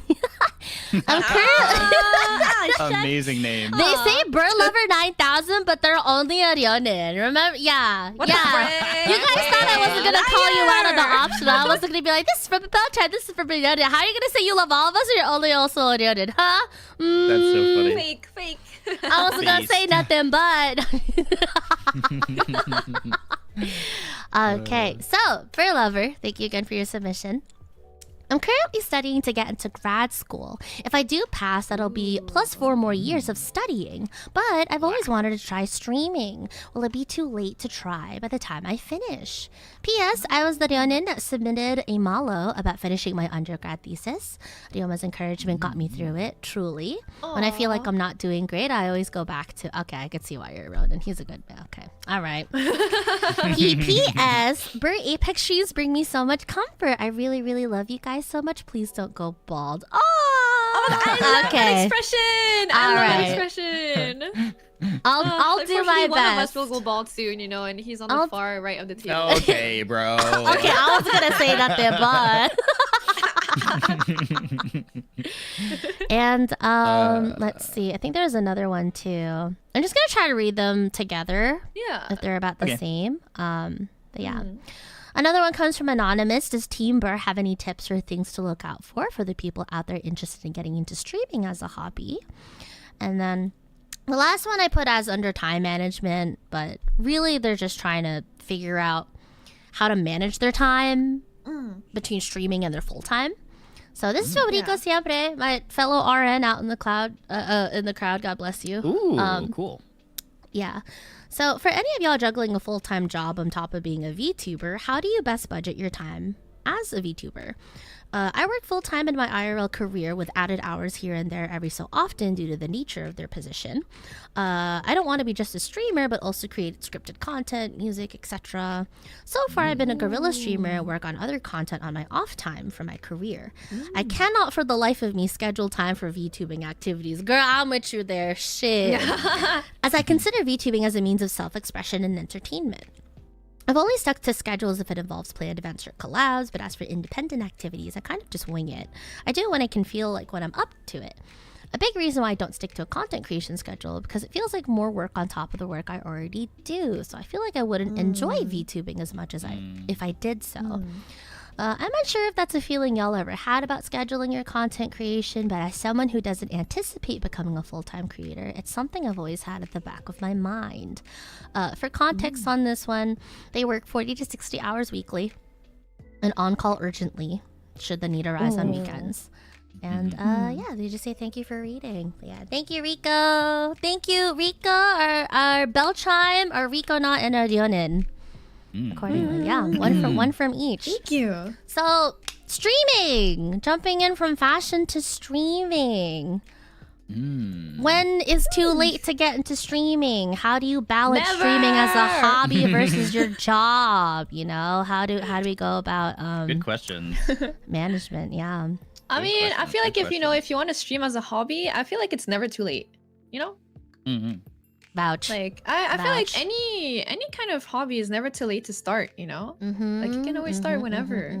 Like there's so many people out there who are like, I'm already 50, but I want to start, like I want to learn how to start drawing and stuff like that. Never too late. Speaking of 50-year-old, did you guys see that at the Streamer Awards that like there was what's her name? I Love Puzzles. She's like 50, 60, and she just streams doing puzzles and stuff. Yeah, she's a real sweet lady. So cool. I love her energy. Cool. She has an incredible vibe. I believe that's cool. Was it Kai Sanat, I think, that actually like rated into her. But yeah, she ended up getting a spotlight. She's out here streaming puzzles for everyone. The good old ripe age of 50, I love you know? Puzzles. That's so like cool. It's never too late. It's never too late. That's fun. Yeah. What are you saying? She just have like a top-down camera, like, or something? Like no, she has face cam. She has face cam and everything. Yeah, I think so. Wow. I think they do puzzles and they also like just play like they're a streamer. They're a streamer. Yeah. They're a streamer and they're also someone's grandmama. And like she has such wonderful energy. Nice. Like I remember tuning into one of her clips and I was just like, wow, I feel so at home here. But yeah. Yeah. Incredible. Minecraft grandma as well. There's also the other grandma that just like shitting on kids in COD. True. Yeah. Oh yeah, I know that one. I know that one. Yeah. Oh yeah. Good point, Nova. Like a ton of JP streamers are also parents as well, right? Isn't there someone in it's never too late. I'm trying to remember which court. Was it actually Niji where someone is actually like a hubby with a kid and everything? Right. Oh, I think so. Yeah. Right. I think so. Yeah. Yeah, it's never too late, you know. If you want to go for it, go for it. Yeah. The thing I always tell people is that there is an audience for literally Everything. Everything. Yeah. If there is a will, there's a way. Yeah. Because I think sometimes something that goes hand in hand with like, oh, I don't know if I have time. It's also like, I don't know if anyone would be interested in what I want to do. And it's like, there is an audience for everything. Some things just take a little longer for like people to find you. Yeah. You know, because it might be more niche or whatever. But like, there's truly an audience for everything. Yeah. So you should just go for it. Now, in terms of like, is 4+ years from now starting too late? I don't think so. It's hard to say because like, you know, this space keeps evolving so fast. Yes. But I think absolutely. I think it's not like evolving in the direction of like it's gonna be like gone, you know? Like Yeah. I would say like don't worry, like, guys, oh my still god. be here. Yeah, like I wouldn't be like, oh my god, streaming is gonna be obsolete in 4 years. I don't think so. Yeah. I think it's just continuing to evolve. I was about to say, I think it's gonna be the inverse, right? I think streaming is gonna be even more prevalent. Yeah. Like the topics might like different. The topics under the spotlight might be different, but I feel like streaming is gonna be even more prevalent, even more so to like TV and stuff. Because like from what I've heard from people I know in the industry, like they've been trying to get partnerships from like brands and stuff, right? Like not even just gamer brands like Logitech, but also like fashion like Adidas and whatnot and blah blah blah blah blah. I'm not actually rattling off of just, you know, examples. Non-endemic like, brands. Yeah. But and they're just like they're talking to people who are basically consulting them, like how do we enter our brands into this space? Especially with everything being more digital too. Like I think streaming rather than waiting, it'll be even more prevalent for sure. Yeah. I mean, we're starting to see that now with like the movie cameos and stuff too, right? That is true. That is true. Yeah. And there's more and more people becoming streamers nowadays. So yeah, everyone wants to do it. Everyone's a streamer. Yeah, so don't feel like you need to like rush to get into it or anything, or worry too much about it, like whether or not it's gonna be here, because it's definitely gonna be here. Yeah, for sure. Yeah. So don't worry too much about that. I would argue. Yeah. If you really want to start, just go for it. You know. Accessible. Yeah. And it's like even like you don't need the fanciest equipment either, you know? Like because a lot of people think that to be a streamer all you need like the what's it called? Like the freaking what's the pro mic? That one specific the Shure. Yeah.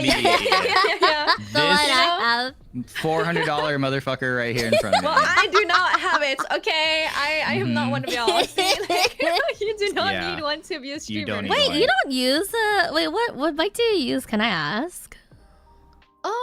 I don't know. It was recommended by my Mane-san, and I had never heard of this mic before. What is it called? But it's an AKG. Girl, that's a good ass brand too. Fuck off. Okay, well that's fine. My Mane-san. Okay, listen. I use.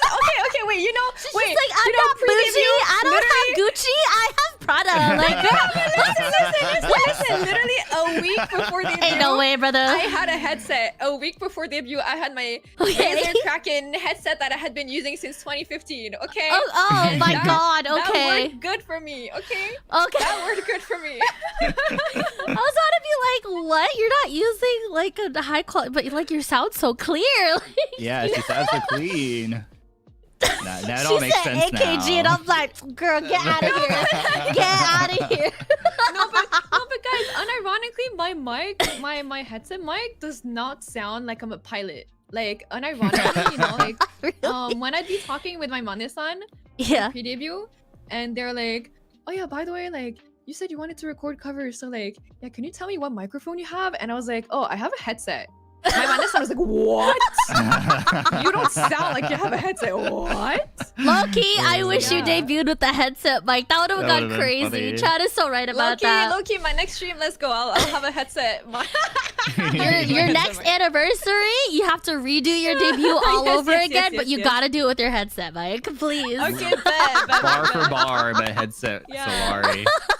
No, but yeah, like you don't need fancy equipment to just start streaming, you know? Like you really don't. As long as you have something to stream on, and then you know, like people can hear you. Yeah, you don't even need to like use a webcam or anything. You don't need to. No. Like, you can literally just you screen share your gameplay to people on the internet. Basically. You know? Yeah. That was gonna be my piece of advice was like, do not spend a lot of money if you're getting into it absolutely the first time, do especially not. as a hobby. That's the same with not. any hobbies, you know. Like, don't go spending like billions on it. Like, if you're just starting out, like you don't need it. Like, make sure to just like start and then see if you enjoy it first, and then test out the waters. Test like out the after, waters. like test the waters, and then if you like it, just upgrade slowly. Yeah.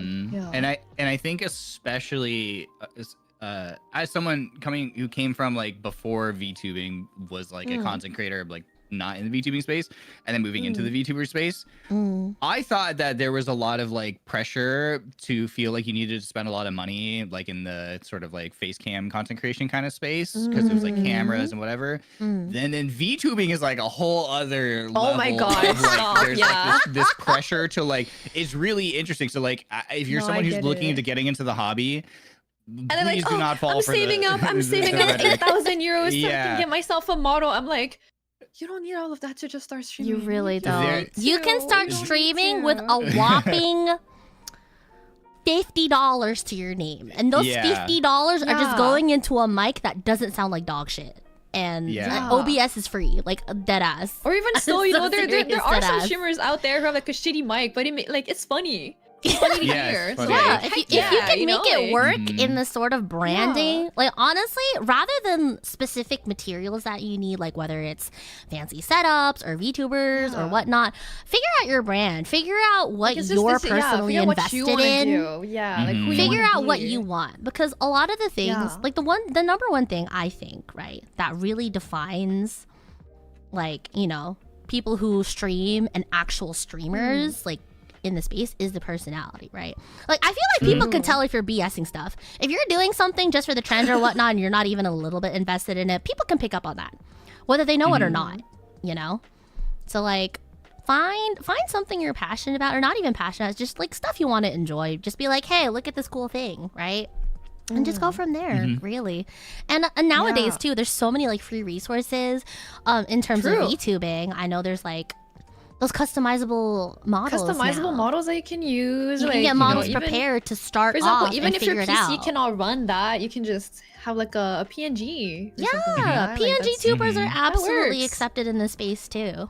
Yeah, like I've known a friend that started off PNG tubing for like the first 6 months of their career, and then they figured out, you know what? Yeah, I'm down to shill out the 3,000 at the time, which by the way is probably a low end at this point. It was high. It was like average at the time. But it wasn't until like 6 months, even closer to a year after, that they decided to do the full shebang and the model and the theme and everything. So and typically those debuts go better too, because you already have your established audience, right? Like, exactly. Because it's such a waste to like pour so much money into something that you're not gonna end up liking, Yeah, such a waste. Yeah. Yep. Great stuff. Okay, so save your money, gang. Save your money, especially in this economy, guys, in 2026. In this economy, like, come on, you can't even think about shit. You have to think about the RAM first, dog. Like that shit. Good luck. Okay, so we talked about in this day and age, keep your never too late, tips and advice. I guess next step after planning your content. I'm terrible at time management. I am constantly procrastinating and perfectionist at the same time. It will kill me one of these days. Me too. But I'm gonna keep raw dogging. Okay, we should. Sorry, guys. There's no good advice in this section. All right, next question. The thing is, like, I know the theory. I know the theory of like having good time management, but then do I apply it? Not as we do. Please. Exactly, Ryoma. For this next part, do as we say, not as we do. Okay. Not as we do. All right. Yeah, I'm trying to think. I mean, obviously, show up for your collabs and stuff. That's for sure. Because again, collabs is not just your time; it is the shared time. And as much as possible, you want to try to keep. Don't listen to us because we did start the stream 30 minutes late. But to be fair, we were setting up and we yapping. were there before. We were there on time. Yeah, listen. I know someone was just like, "All right, who didn't wake up for the podcast today?" And I'm just like, "Listen, we were up. We were just figuring stuff out. Okay? We were there, guys. Technical difficulties. Okay." But yeah, for sure. Come up for the collabs. Collab time is collab time. As in terms of like independent activities, honestly, I'm curious about your thoughts about this. How do you guys block out what you're doing by yourself? Like, what makes you guys choose you're doing this today, that tomorrow, something Friday, so on and so forth? Like, what? How do you guys tackle content creation branding? I'm curious. Yeah. Apex. Okay, bro. Okay, but like I know you've been talking about ARC Raiders too. What makes you decide Apex Monday, ARC Tuesday, you know? I feel like playing ARC Raiders more that day than Apex that day. No, honestly, no, I do the same. No, okay. Personally, like as like, we should have skipped. Fuck, you're right. But it's like I don't know. Like I feel like you gotta like balance things out, you know, sometimes. Well, that's a me thing personally. Like for example, something that I like to do is like have a few, for example, with streams, like with games, like I like to have, you know, like the same kind of games, like what's it called? Like right one after another, like continuously, but then like have some breaks in between so that, you know, it's like you're not too overloaded, like too fried, you know, with one specific game, so you take a break. Yeah, it's like, so you don't run into burnout. Yeah. Or like for example, with my 100%, Japanese study, I like to do like, well, I used to do it once a month or like once every 2 weeks. But I've been slacking lately, not gonna lie. But normally, ideally, I would do it like once a week or once every 2 weeks. So like, you know, like keep like being consistent, you know. So yeah. Like consistency. I feel like consistency is the key for a lot of things. Yeah. Or also use calendars to like to put like just some notes. I don't know. Because if you don't use like notes or anything, you're gonna forget about everything. Yeah. Yeah. Write your things down. Don't forget about them. My Google Calendar is like very important to me. Yeah, being on track for anything. Dude. Hi, Key. Can I don't know how many other VTubers are in the chat right now, but like, can we start normalizing sending people calendar events? No, yeah, because can we start normalizing this? Like, hey, please agree to this meeting. So many people who don't. Please agree to this. Like, please. Oh my god, the use of like I hate how adult it made me feel. But now that I think about it, like trying it's so convenient. Exactly, trying to coordinate freaking 7 VTubers. Trying to corral like 12 different time zones. Like, I'm going to explode. Sometimes hammer time is not enough. I'm going to start sending people calendar invites. Wait, accept this or die. Because sometimes guys, I'll be using like a website called When to Meet, and it's just like you can put like your availability on it. You can like When to Meet is good too. Check check like boxes. And it's just gonna like mark the one where everyone's available at the same time. But that's assuming they use it, you know? Honestly, I know, there's some groups where I'm just like, all right, this day, it feels like group projects in school. Yes or no? Yeah. When to Meet is really great, but that's only under the assumption they actually open it. At some point, I've literally just said, all right, guys, we're doing this, and everyone is either or nah. They're like, can we push that? I'm like, all right, bet this, you know. At some point, you just gotta wrangle it by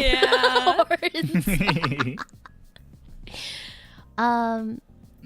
But yeah, big reason why I don't stick to a content creation schedule is because it feels like more work on top of the work I already do.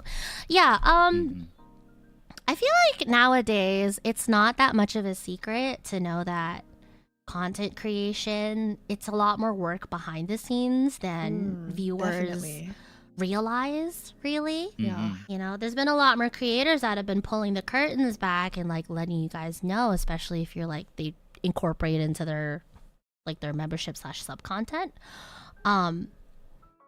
So I know you don't want VTubing to seem more work than it is, but unfortunately, it is a lot of work.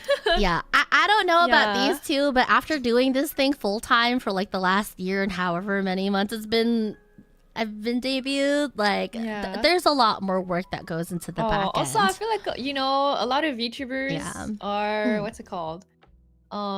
They wear different hats, you know, like they're They can be like a video editor, streamer, singer, graphic designer, like mixer, audio engineer, artist, you know, like everything. That's another thing too. If you have any specialized sort of skills that you have that you can incorporate into your streaming, please use it to your advantage.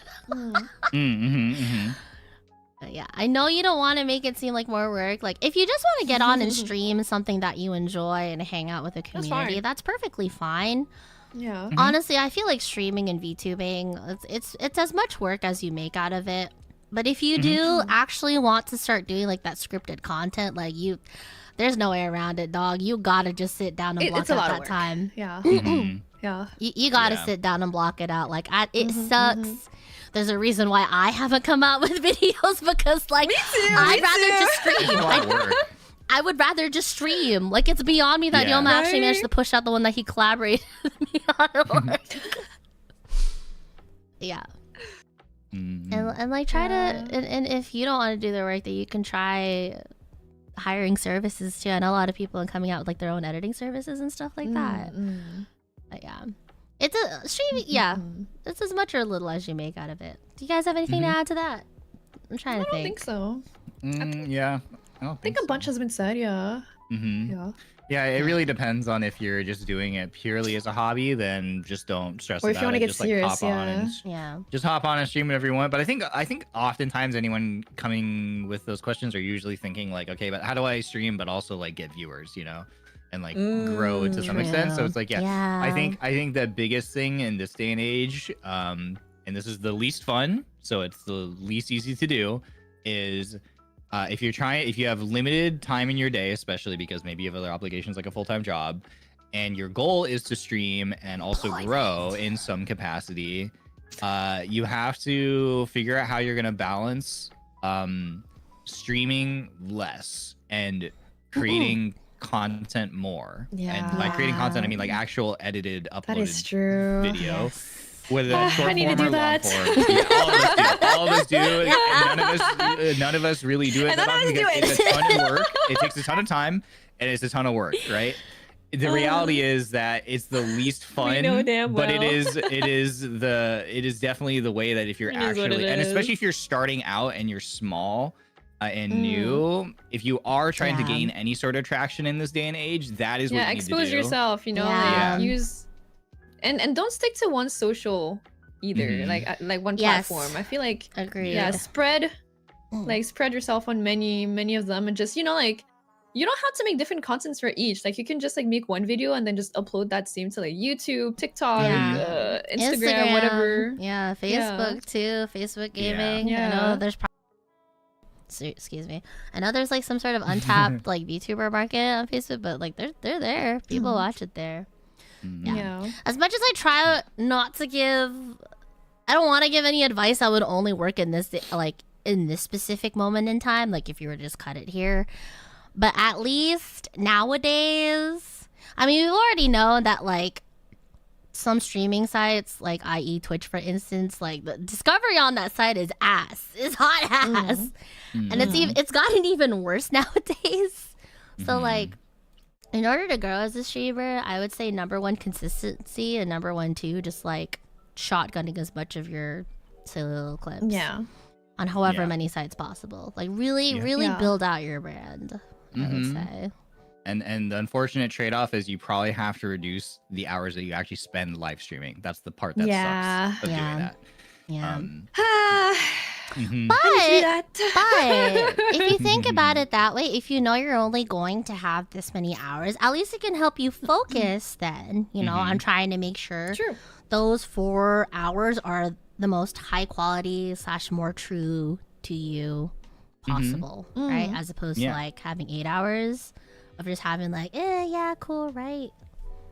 And it doesn't have to be like, let's say you have 3 or 4 hours after work that you're like, okay, this is when I'm going to spend time doing this thing.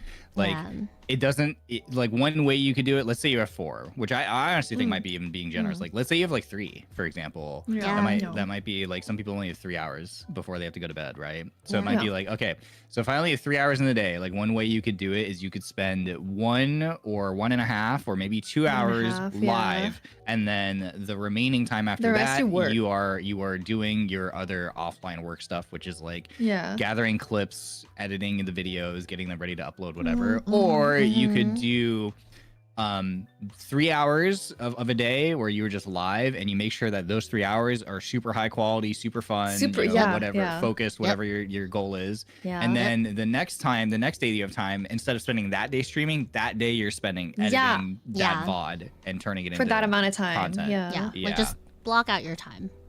Yeah. There's a couple like ideas for how you might want to manage your time.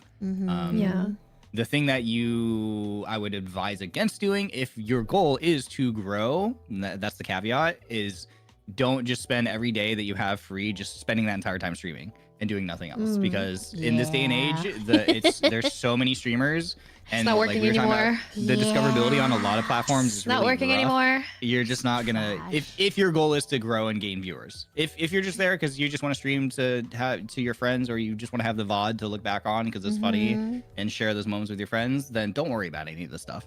Just go out there and have fun. But if your goal in the back of your mind is I do want to grow over time, those are the things you have to think about, I would say. Yeah. It's work. Streaming is work, unfortunately. We do it because we love that. We're passionate about it, but like, it's work, dog.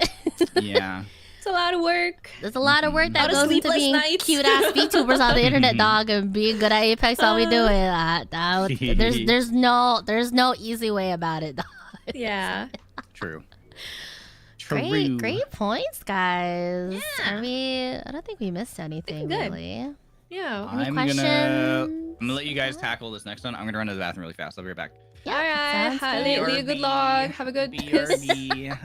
Thank you. We could also just like take 5 or 10 right now, because honestly, I might make myself latte number 2. All right, let me get a snack then. All right, we're all BRRing. Quick break. I'm hungry. Okay. Quick break, guys. Hydrate. Quick break, and then we'll tackle the other topics. Yeah.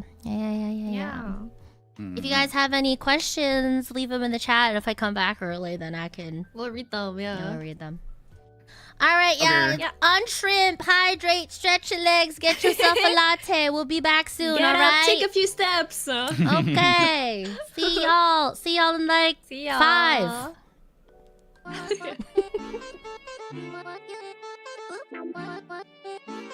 The fuck?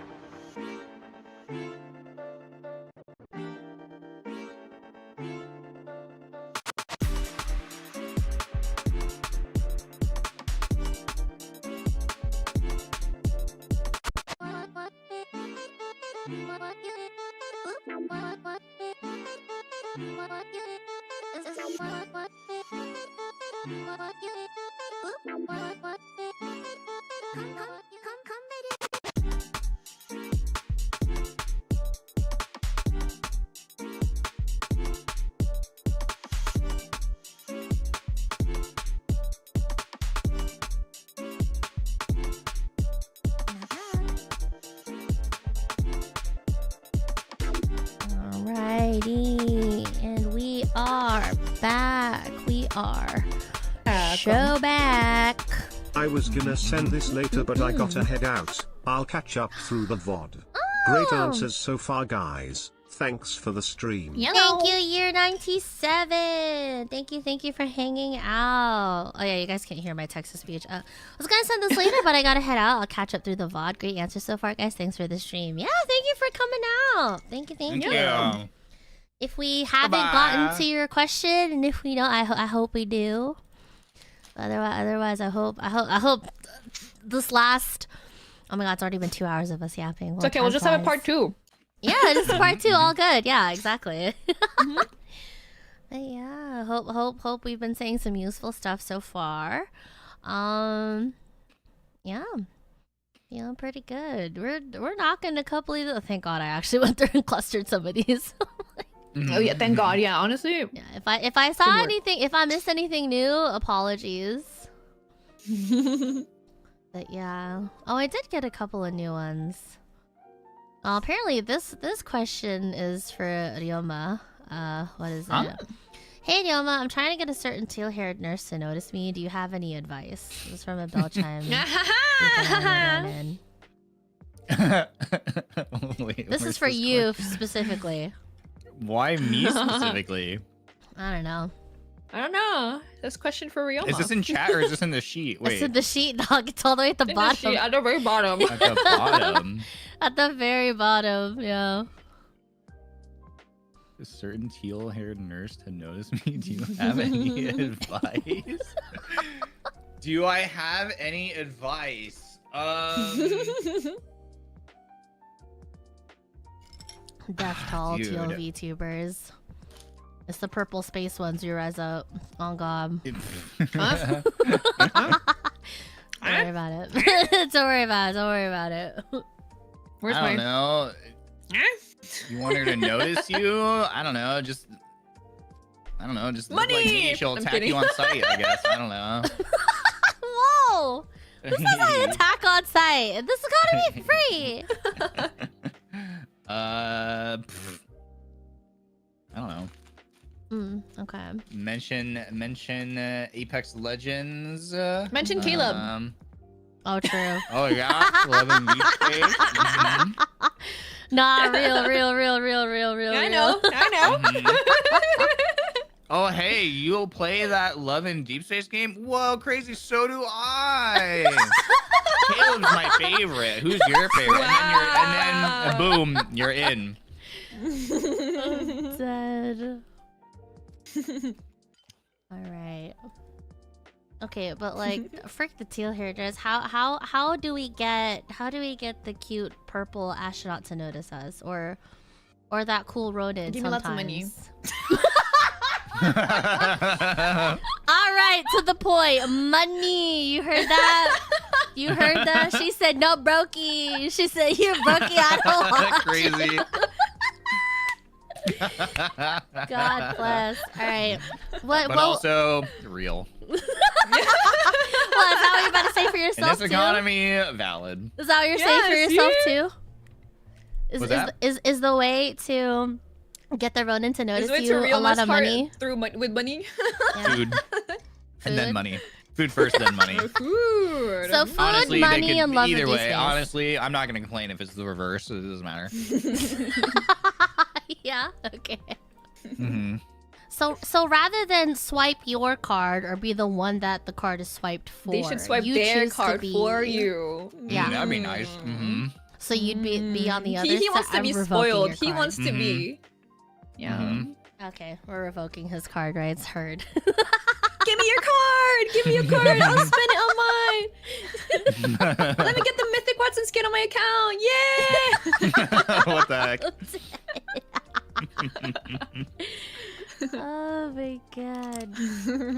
Okay. Let's see here. What are we doing next? What are we doing? This is some light to get back into, and also because we talked about the Hi, streamer Histy. side of things. Oh, hi Histy! He's so Histy, right for hello. that. I'm dead. All right. Well, since Histy we gets talked me. about streaming and time management a little bit with that, let's talk about the other side of it, aka supporting your streamers. In this case, VTubers. All right. So we have another 3-in-1, one from a Rikonaut, one from a Dion, and one from a Belchime. Sugiyama asks, how to survive a desk-type job and watch VTuber VODs at work when no one looks. Thank you, my lords. Kamaboko from the Rionans also asks, I don't have so much time to watch stream anymore. What's the best way to give you guys support? And then this is from an anonymous Belchime. The long question is, in your opinion, regarding the number of V streamers one watches, how many is too many before it gets harmful trying to keep up with their schedules? The short question is, can you have too many Oshis? No. No. All right, I'm the same discuss. Interesting. How to survive a desk type job watching YouTubers of odds at work? How many Oshis? Good is too question. many I don't know. Oshis? Yeah. This is I mean, really what about hard, just- you know? How are what we supposed to about- give you guys advice if we're in the picture? Right? Yeah, I don't know. I mean, what about just like listening? Like, do you have to like watch the thing? Could you just like True. listen? Yeah, Audio what if only it's is just a thing. listening? Yeah. Through Audio headphones only or is a something? thing. Yeah. Mm. I was gonna say I don't know. VODs, but I know some people. A lot of you people know, don't like get VODs. FOMO. Yeah. Yeah. I mean, I understand because I feel that because like like sometimes it's like I don't know. Sometimes there's the FOMO of like not being able to like interact real time or just witness things real time Mm. and having to watch the VOD instead. So I understand. I understand. Mm. I only think have you three. Jackson says that with the Fanana PFP. Okay. That's a lie. I'm moots with Fanana. Wow. I'm moots with Fanana. Listen, I don't mind if we're not your only three Oshis. snitch. I get it. There's some beautiful people out here, but don't lie to me. Don't lie. Don't lie to me. I'll tell on you. I'll go full bomb bell. Don't lie to me. I mean, yeah, how many That's Oshis is too many Oshis? I mean, I don't know. I feel like that number varies, I no? feel like I don't know. Like personally, I think it's fine to have a lot of Oshis, but I feel like there's also like I don't know how to say it in English. Like it's the same like when you like celebrities, like you like a bunch of celebrities, but then I feel like there's always gonna be some that you like a bit more than others. You know, I feel, Mhm. but Yeah. I don't know. I think it's alright to have a lot of Oshis. I have a lot of I Oshis. think so too. I have a lot. Yeah, honestly. Yeah. Yeah. I have a lot. Mm-hmm. Yeah. Yeah. Honestly, So, yeah. however many Oshis your wallet can handle. Real. If we really want to ground this whole conversation. Yeah. But like, you know, Yeah. I mean, a lot of creators have said this time and time again, and I'll reiterate it here. You know, like it's not the onus on the viewers to have to support. Like we have to be deserving, right? Like that is our responsibility as streamers to keep you guys around, right? Like make it a worthwhile endeavor to spend any piece of time from your day to hang out with us, you know? So that's why I always get a little bit disheartened when I see some of those posts fly around on my timeline. They're just like, oh, I feel like I'm never doing enough for my Oshi. Like, how do I support them? How do I do this and that for them? And it's just like, no, guys. It's like, trust, you're doing more than enough. Don't get it twisted. Don't get it twisted. You're we're supposed to be making it worthwhile for you guys, right? Yeah. So, yeah, like supporting your VTuber, whichever way it is, obviously watching. It comes in all shape and form and stuff like that. Like you don't, like supporting your Oshi is not just what's it called, like merch, like with spending your money on them. Like it's not the only way. Like literally, like just watching them, just watching their VOD, lurking, and just anything, anything lurkers really. in this household. Yeah. Yeah, you don't have to always like do the membership if you can absolutely afford it. Go ahead. You don't have to do membership. You don't have to comment and talk. You don't. Just we appreciate just it, you being there. Absolutely. But again, like that's our job. It's our job to make it fun. Yeah. Streams are free to watch. Like. Yeah. Yeah. Oh my god, can you imagine if they weren't? Like if like basic normal streams. Yeah. Like imagine if like you needed to pay to like go on YouTube. Oh my god. Crazy. I mean, I pay for YouTube Premium. It comes in clutch. That's how I do the audio only stuff. No, but I mean like as in like if to use YouTube as a whole, like in general. To even like access the site. Yeah, to even just access the website. That would be crazy. We got that pin board of our Oshis on our desk, like do it for them.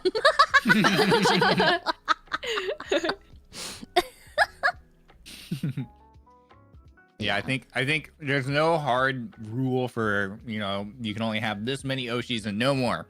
No. But like I think like the important healthy thing would be to be in tune with like you never want to reach the point where you are developing like unhealthy habits in your attempt to somehow watch and support like everybody, like, you know what I'm saying? Yeah. Like it's okay. I guarantee you that your Oshis would take much care rather, of yourself first. Yeah, we would much rather you prioritize your health rather than like exactly waking up or staying up at some crazy hours to watch the thing live or something, or whatever. It's like if your Oshi is having a 24-hour stream, you don't have to be there watching the 24 hours. Yeah. Like please sleep. Do not be like your streamer. Do not.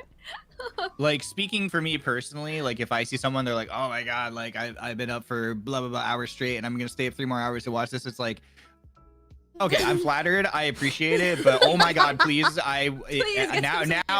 now I'm stressed because I'm worried that like people are like hurting their own health for the sake of like watching the live stream. It's like, I would much rather you just like get your rest and the VOD will be there for you tomorrow. Get your rest and come back. Yeah. My dumb ass is still gonna be there doing the same thing I do every day. It's okay. Like, so don't worry.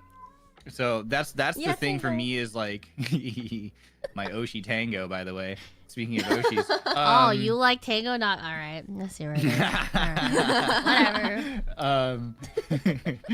No. But yeah, so for me, I think it's like there's no hard and fast rule, but like just be mindful. Like don't hurt your own health for the sake of trying to support everybody that you like. And certainly not just that, but like physically, but like also like financially. Also similarly, like none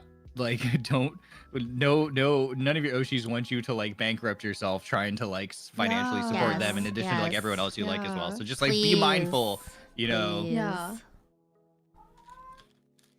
Tango was also imploring you, please. He's pay for the roof above your head first, and then throw it at the funny little anime people on the screen after.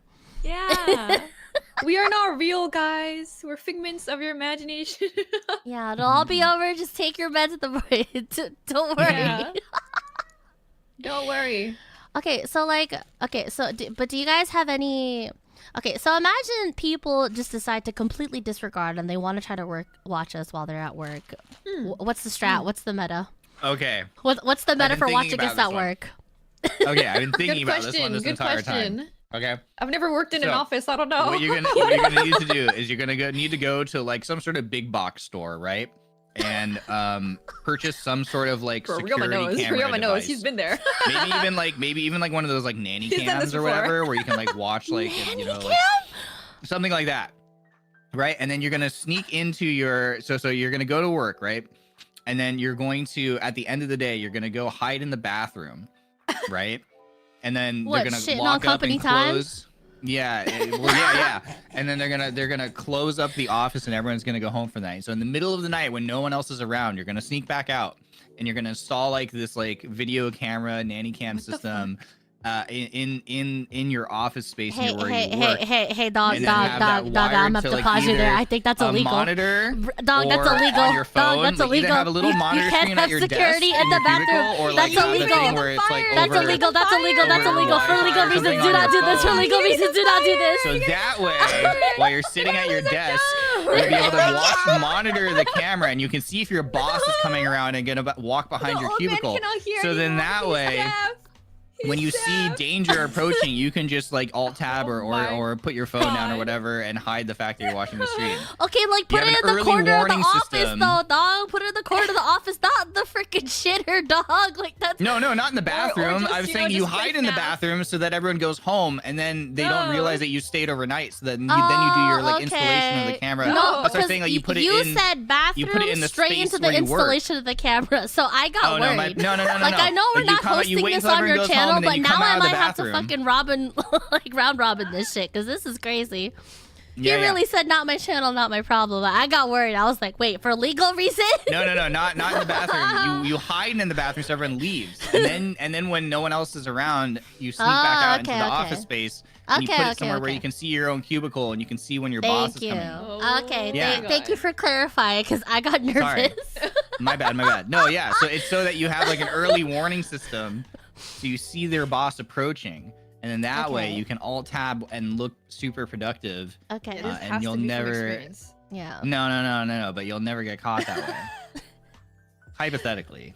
Are you sure? Are you sure you haven't done this in the past? Alt tab, just play FNAF, on your PC. I think it's because Are you sure? I think it's because I watched that movie. Was it called like Roof Man with Channing Tatum recently, and he like did a very similar thing.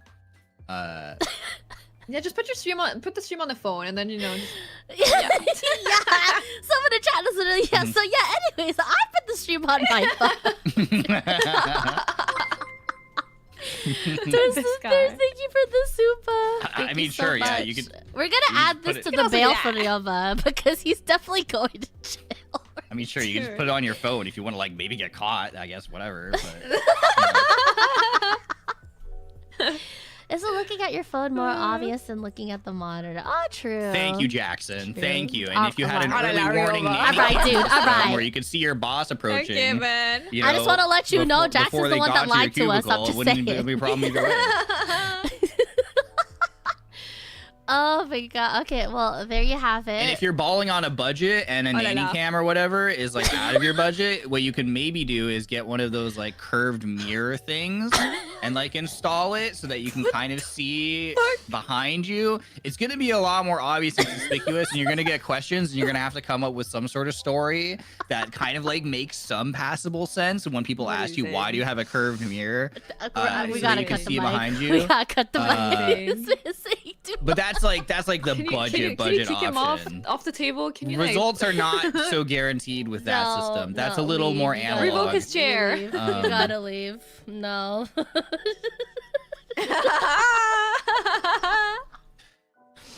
right. Anyways, Tango, get up here. Come on, baby. Yeah. Tango, what are your thoughts on this one? Tango doesn't have thoughts. He doesn't have thoughts. He should be napping, I think. my god. So anyways, welcome to the broadcast. The other R got lost, yeah. We had to kick him out for reasons. Oh my god. Alright, well, great points made. What is it? Well, yeah. Well, I guess the last bit of it then is what's the best way to give you guys support? What is the best way that a bell chime or a Reconaut or a Ryonin can support their favorites? Please, floor is yours. Alright, you go, Ryoma. Me? Oh. Yeah. Sorry, I just ate a rice cake. He bought rice cakes for himself and not for us. He's not a real. Yeah, like hello, can hand him over. What? What's the best way? Okay, sorry, not have so much time watching stream. What's the best way to give support? Money. Lots and lots of money. This man. I'm just kidding. I thought he'd redeem himself, you know. I thought he would redeem himself. What the frick? That's a joke, but also like... That's a joke. That's a joke, by the way. Give us Akasupa! No. I'm kidding. No. I'm kidding. No, I think if you ask any streamer really, the number one thing is just like to watch the stream. If you don't have time to watch the stream, like don't feel bad about that. I would say like you can do things like help kind of like, you know, with making your Oshi's channel seem more favorable to the algorithm. So like even if you actually didn't get to watch the live, doing things like still interacting with the content in some way, like giving it a thumbs up when you get a chance, or leaving a comment on the VOD. Like, subscribe, and click that notification bell, you know? Oh, yeah, hitting the share button. Yeah, share, share on socials. Hit the share button, copy that link, share it to like a social media page that you have. Those are all things that you can do that don't actually involve actively watching, that all tell the algorithm that like, hey, this content is something that like people like and are engaging with, people and are enjoying, and so it will help like push it, you know, elsewhere. Discoverability is such a huge thing that like we battle with all the time. Yep. So those are things you can do. Sometimes I do see hype streams, so it works. Oh yeah, hyping VODs, hyping videos. Oh, does it actually work? Yeah. I totally forgot that was even a thing. I actually had a viewer that told me that like, oh yeah, I came by because one of your VODs was hyped up, and I was like, whoa, cool. That's cool. That's cool. Yeah. Cool. What about you, Rico? What's the best way to support you? Your honestly, one like, honest time to ask the Riconauts for an exorbitant amount of money.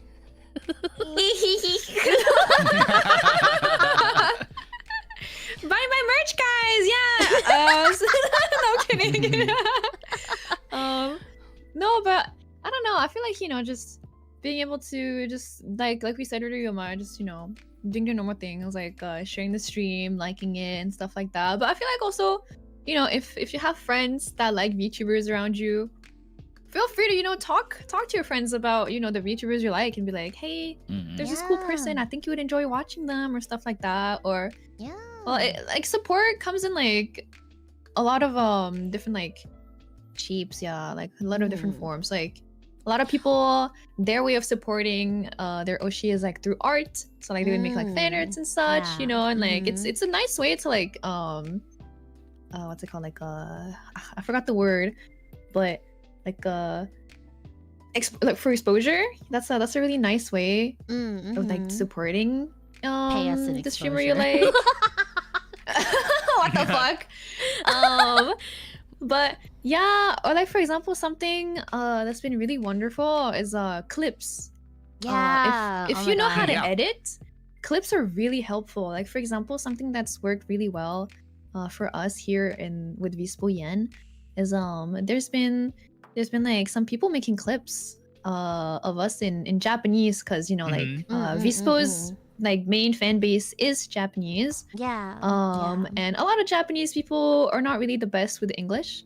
And so that clipping channel has been really helpful to us. So I see those on my timeline. Oh, they're so funny. Oh my god, the recent like Vala stuff with like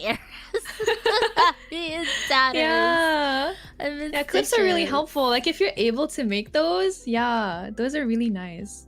Yeah. Mm-hmm. Again, support comes in all shapes and sizes. Like, Yeah. if you want to go on the fear terms, use your skills, whether that's art, whether that's clipping, or if you want to pick it up. But at the bare minimum, just hanging out with us, you know, sharing things that you find funny is great. Like, even if you're not able to watch streams, that's fine, you know. Like, even the VOD will like just being there. subscribed is fine, you know. Yeah, like that's fine. Know, every button press counts. And then in terms of the monetary side, like, I know a lot of creators say that like probably supas and donos are the way to go. I don't know if that's similar for you guys as well. I don't know. I don't want them to divulge too much. But if one of your skills is having a lot of money and you would like to throw it at us, skill, you know, I wish that was my skill. What are you doing with that card first? That shit cosmetic or what? Yeah, I thought you swiped that. Is that credit card cosmetic then or what? Oh, Dad. I thought you had a black card. What happened? Well, I'm saying. That's literally his whole brand. Fake account. That's your Oshi mark, bro.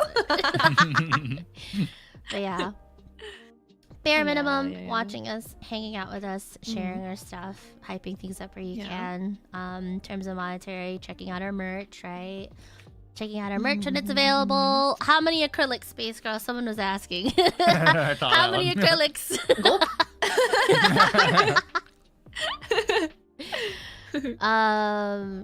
Supas I know are the way to go for some people. If you are interested in everyone's like membership content or sub content, then definitely sign up for that too.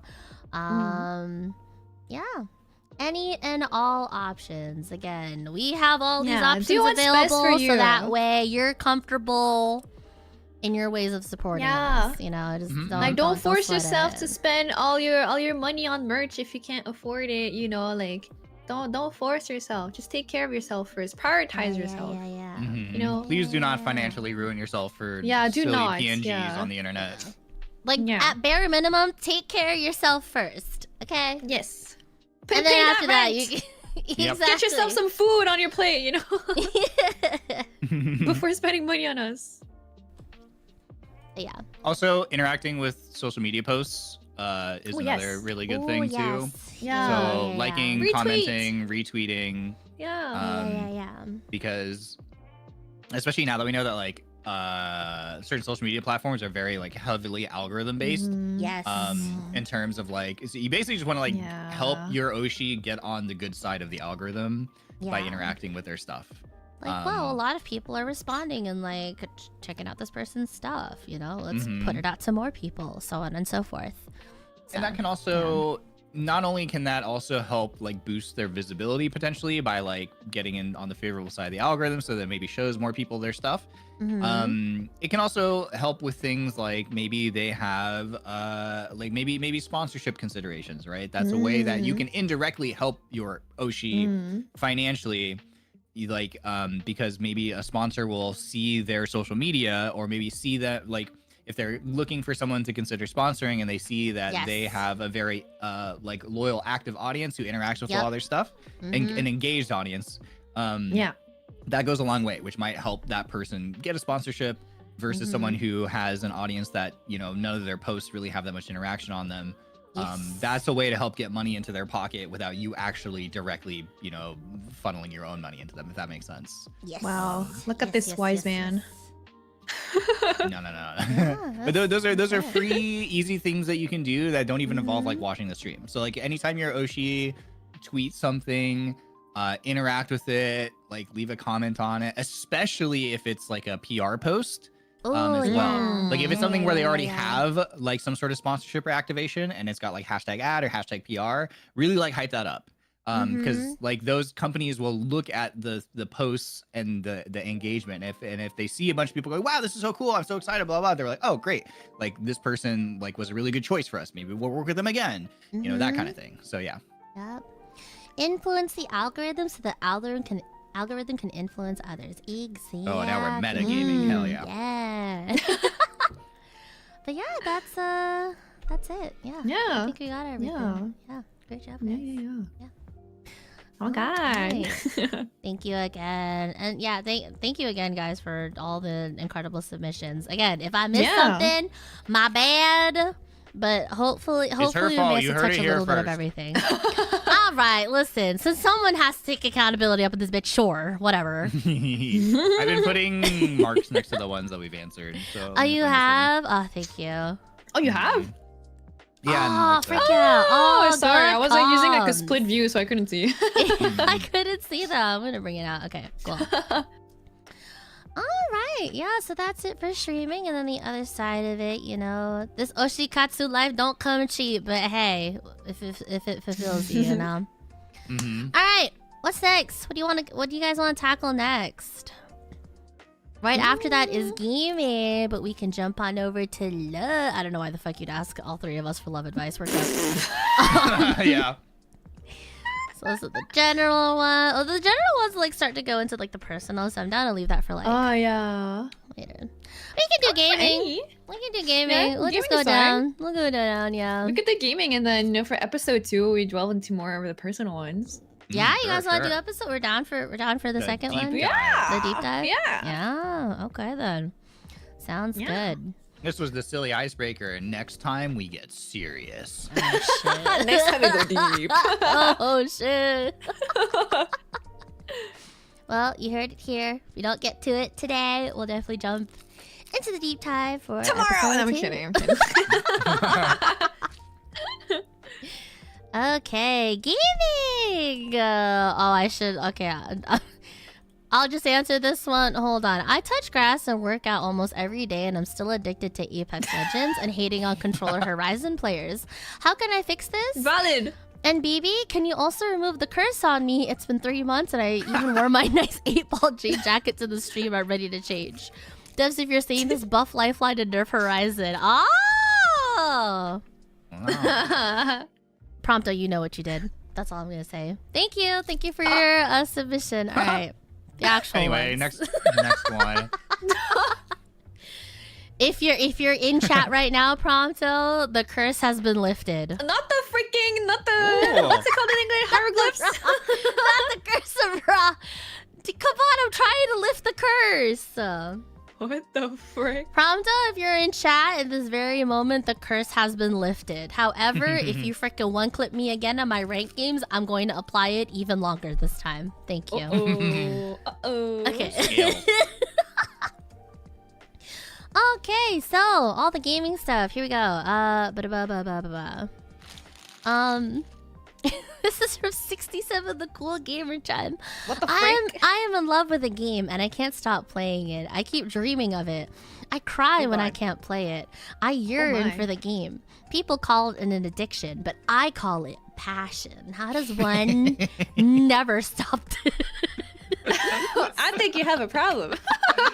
What the frick? Beltram, I don't know what to tell you. If it's another game, stop playing. If it's Apex, you're here for the long haul. Come on, we're all getting a master's together. Am I right? Am I right? I was gonna say that's called passion. I know it's bad. You know it's bad when you start dreaming about the game, bro. You close your eyes and you hear like like Maggie Ball. Pew, boom, boom. Do you guys actually have Apex streams? I have Apex streams sometimes where like I replay VODs and how much better it could have gone or like what it could have done better. Oh no, for me it's like literally like a made up scenario just happens. I don't know, I'd be dreaming like I don't know, like I'm fighting on Broken Moon against the Maggie. She's balling me. I'm on fire. I'm healing behind a box. But then I'm like, an Octane comes up from the roof and then finishes me.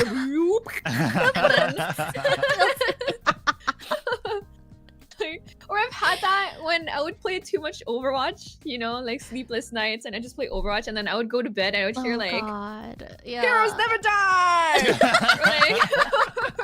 like bombs ticking! Or, like I would freaking hear the voice lines, dude. It's so bad. It's so bad. Oh no. I have occasionally. I don't have them too often, but I have occasionally like had a dream where it was like me playing Apex or me playing like Marvel Rivals. Like I'm the problem. like hearing cracked an enemy shield from dead silence. Oh, no.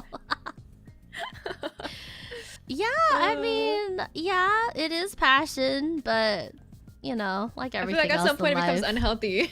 yeah.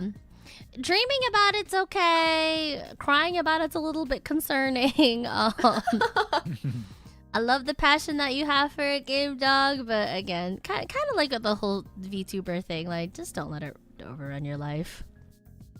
Or inversely, let it overrun your life to the point where you become a full-time streamer doing it. But then it turns into work. Thoughts, big brain. But then leisure comes into work, brain, so then you're big gonna brain. have to grapple with that, okay? But like, aside from that, Yeah, start playing the game so much that you become so goated that you become a pro player. Boom, and then you get signed on an esports team, and then boom. That's There how. you That's go. when you get life. yeah, just then don't all go of a pro in sudden you're the Apex. next Imperial Howl. And then... Yeah, just don't go pro in Apex though. Don't go pro. Then you're the CEO of Apex. Yeah. Oh my god. Yeah. Everything in moderation, but also that's just passion. You got that, gang. Godspeed. Passion. Okay. Next one is from an anonymous Belchimedianin. Love you guys. I'm a BRR lover in Japanese BRR lover. Yay! Yay! Ian VTubers always say, I just want to play games. It's normal. But why? I mean, yeah. We just want to play games. Gaming is love. Gaming is life. Yeah. Gaming is how I met all my friends. Games, you know? we're just gamers. We're just gamers. It's not a phase, it's a lifestyle. It's a lifestyle. Yeah. Yeah. Oh my god. I feel like it's just second nature. I don't know. For me, it was because when I was younger, I remember a lot of the YouTube videos I consumed were I got to grow up when gaming on YouTube really started blowing up. Me Yeah, too. the Let's Me Plays and too. everything. Oh my god. And it was when gaming on YouTube started actually becoming people's careers. Like people actually started to Me make money too. off of it. Yeah. And so it was that realization when you're younger, like, wait, I can do this thing that I already love doing, which is playing video games, and make money from it. That sounds like the best job ever. Right? Wait, no, Ryoma, that was my dream when I was little. That was my dream job. Like when I was little, I grew up like watching like, you know, Markiplier, fucking PewDiePie, like Jacksepticeye, BRRing and shit. Yeah. You know, also learn English through them, which kind of funny because one of them is not even English. Like he's Swedish, but you know, but yeah, like I was like, oh my god, wait. They're playing games and they're just like recording themselves and they're doing that for a living. Oh my god, that is so cool. I want to do that too. Yeah. And then, and then I'm here. Yeah, I think there were a lot of English-speaking YouTubers who were gaming YouTubers that were that are just really highly influential and well-known in this space. That influenced like a whole lot of us when we were a whole generation, up. I feel. Yeah. You know? So I think that's part of it. I think that us. I think that's part of it for like Western YouTubers, why content creation is such a goal for so many of us, I think. Yeah. Yeah. I mean, also like I grew up playing games because my parents are gamers, so to me it's literally second nature that I just want to play games. Yeah. And I'm the opposite. I wasn't allowed to play video games, so now I'm like, hey, no one can stop me. Now you're like, I'm an adult now. I can do whatever I want. Exactly. I think I was middle of the ground. Like, I know my dad played a little bit of COD, and so I would hop on after he went to bed. But yeah. For me, I definitely got into like the multiplayer gaming like a little later, just because I didn't have the specs for it, the tech for it. But yeah. Yeah. Overwatch is probably my actual first proper game, if not considering Jet Set Radio Future on the Xbox. So yeah. Yeah. We all grew up on games in one way, shape, or form, basically. Oh god, guys, we're all the same. Okay. Let's see here. But yes, thank you so much for your question. Yeah, it's just our life. It's not a face, it's a lifestyle. Speaking of lifestyles, this next one comes from Chico. Some days I feel overwhelmed by the amount of dailies a gamer has to do in a day. Oh god, dailies. What would you say is your limit on the number of games of dailies? Currently, I have like 8 games I do dailies 8? for. Should I cut some of them from my life? 8? 8? I remember when I used to do dailies with games, I'd only have like 2. Or like I'd be surprised when people would have 3 or 4. What you got like Genshin, Wua, ZZZ, HSR, Uma Musume? Are there dailies on there? Freaking what else? Like, oh my god. And we also have to consider like which specific games they're playing too, because like isn't Uma Musume daily? Like Wua dailies I know you could probably knock out in like 10 to 15. 11 deep spaces anywhere between like 5 to 10. Uma Musume, I know that shit take people like an hour average even after skipping. Like what the frick? Yeah, like frick you mean 8 dailies, dog? Like what? Yeah, if it starts becoming like a chore or like just, I think you should cut. Yeah. Like 8 dailies? What happened to your own dailies? Cygnus is right. What happened to your dailies? Should only be like 20 minutes max, you know, like as a whole, like all of them together or something, because it's supposed to be like quick, you know. So yeah, that's a job, dog. That's not gaming anymore. That's a job. Wow. It's so funny. For me, I never like pay attention to dailies. Like, I forget that those kind of things even existed in the games that I even play. Yeah.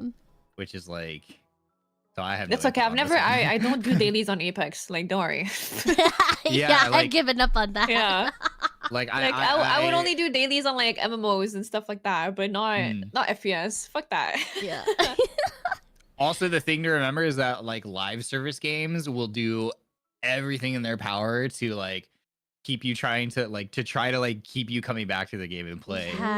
So like, don't fall for it. Then you miss out on the BP skins. Nah, just play. Just play the game. Just play. Honestly, like, I was trying to think of the reason why Apex, it's like we can just play. We don't really need to like specifically do the dailies for us, because it's like I feel like they just get completed. We just play enough by themselves because we play that much. That's what I was about to say. I was like, I think the reason why I don't do Apex dailies is because I just play a lot. Yeah. Yeah, 8 is a lot though. I think the average I've heard. I mean, figure out what your main games are, and don't say all of them. Yeah. Figure out what your main squeezes are, and then focus on those, and then for the rest of them, I don't know. I know some of them have dailies, and then some of them have like weeklies. So if you're not, I mean, the thing about these type of games, I'm assuming they're talking about gacha, but like just games in general, they're going to do everything in their power to keep you, like Ryoma said. So like, yeah. Yeah, just pick your couple favorites. I think I'd limit it to like prioritize. Well, personally for me, it would be like 3, I guess. But I feel like maybe in your case, 4. I was going to say 3 for myself too, but then I remember the one time I was playing Uma Musume and Lads, and I was like, dog, I can't do this. I only keep to the 1, and sometimes I struggle to, like, I'm with Corey, like sometimes I'll go through my whole day and I'm just like, shoot, sir, a reset on 11 deep space in an hour. I guess I'll knock it out. But yeah, dailies in real games are for the people who don't play often enough and don't matter for people that play regularly. Dailies in phone games are to give a sole reason to people that play too often. Yeah, that's a good way to sum it up. But yeah, 8. Yeah, 8 is a lot. 8. Yeah.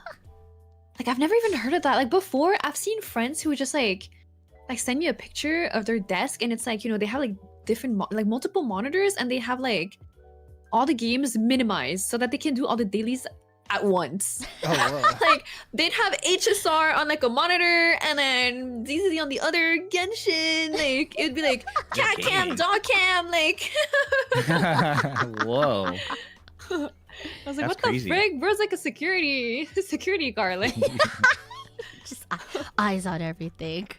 Yeah.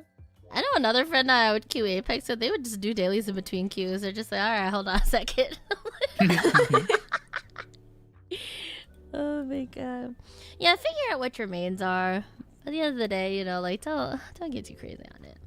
I know you've been playing all 8 of them, but you know in your heart of hearts, there's maybe a handful of them, maybe not even half, like a third that you actively keep up with. Focus on those, maybe. Yeah. But yeah, thank you for your submission. Good luck with your job. May all your hubbies and husbands come home. Alrighty. Let's see here. So these next two are like, I figured it'd probably easier if we group them together. So this is from an anonymous Riconaut. I want to try to play Apex, but I'm too nervous to play since I've never played any FPS games in the past.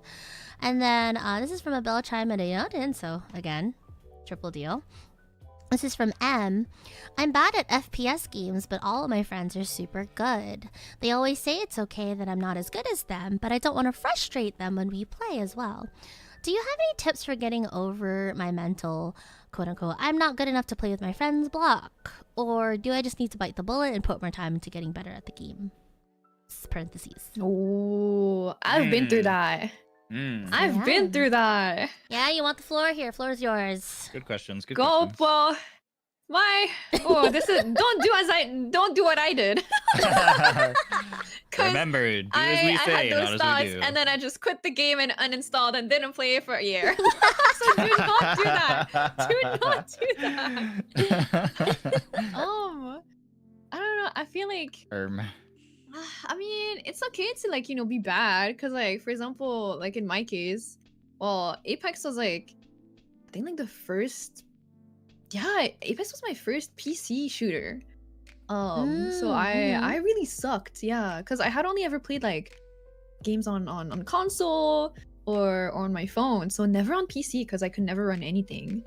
Or like, yeah, like I think like before Apex, my main game on PC would just be Minecraft.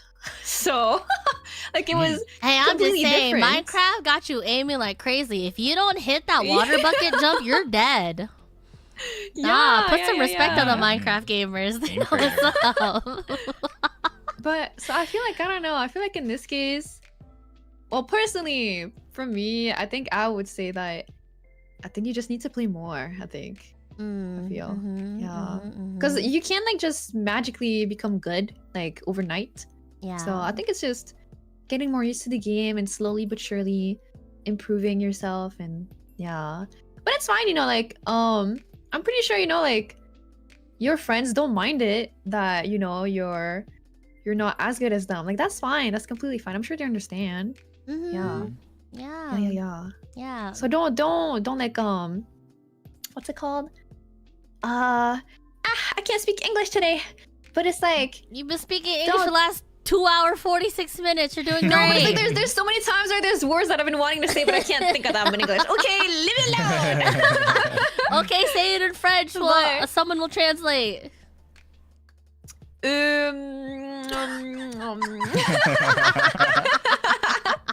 it's like, okay, don't beat yourself up too much for being like, for thinking oh, I'm not good enough to play with them. Oh, I'm a heavyweight. It's fine. It's fine. You're fine. Yeah. Right. Do you want to chime in or should I go first? What do you think, Ryoma?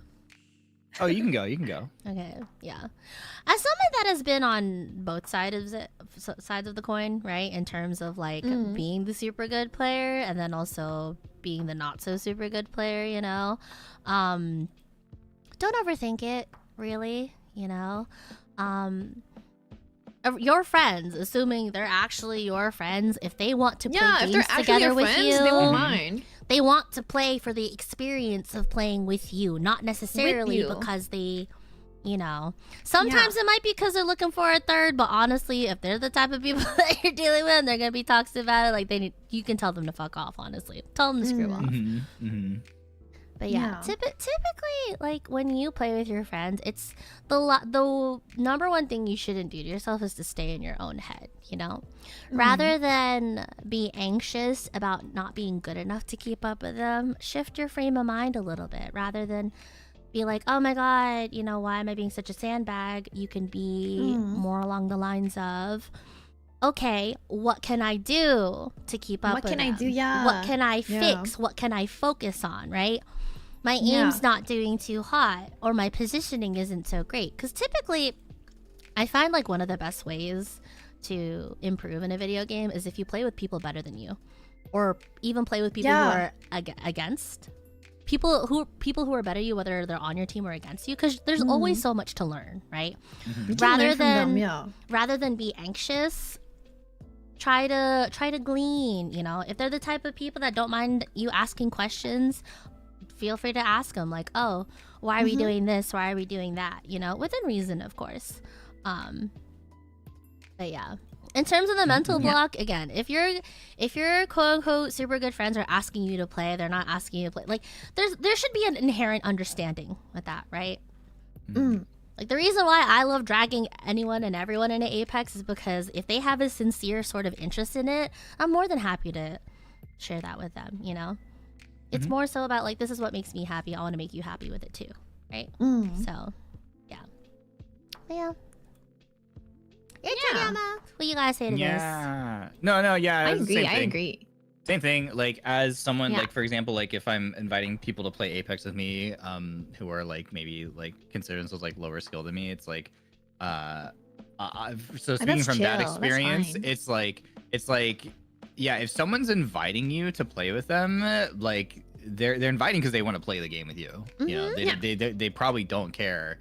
They're probably knowing full well, like, we're probably not gonna win, but that doesn't matter. They just want to actually like have fun and play the game with you. Like, so if it's a friend just asking you to play together, it's because they want to play with you. Yeah.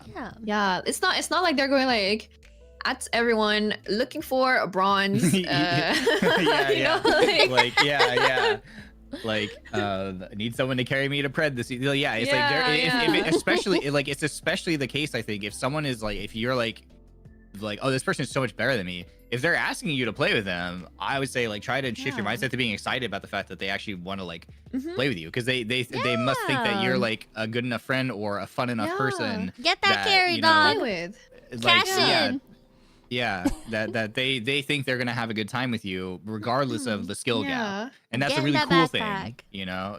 So like, just go have fun, and just like and like, everyone always says, oh, but I'm really terrible, like, I'm sorry, I'm gonna like tank our games or whatever, and it's like, I can, speaking from experience, it's like, I don't care, like, I'm asking because I'm asking because I want to play with you, like, the personality that I enjoy being around and the experience that I know we're gonna have, that's what I'm after. I'm not after like, getting a bunch of wins or whatever. Show is so funny. Like, he said, be that personality higher. Oh, be God. That personality. That's an incredible point you pick up, though, too, because it's just like, for all of us good players here, right?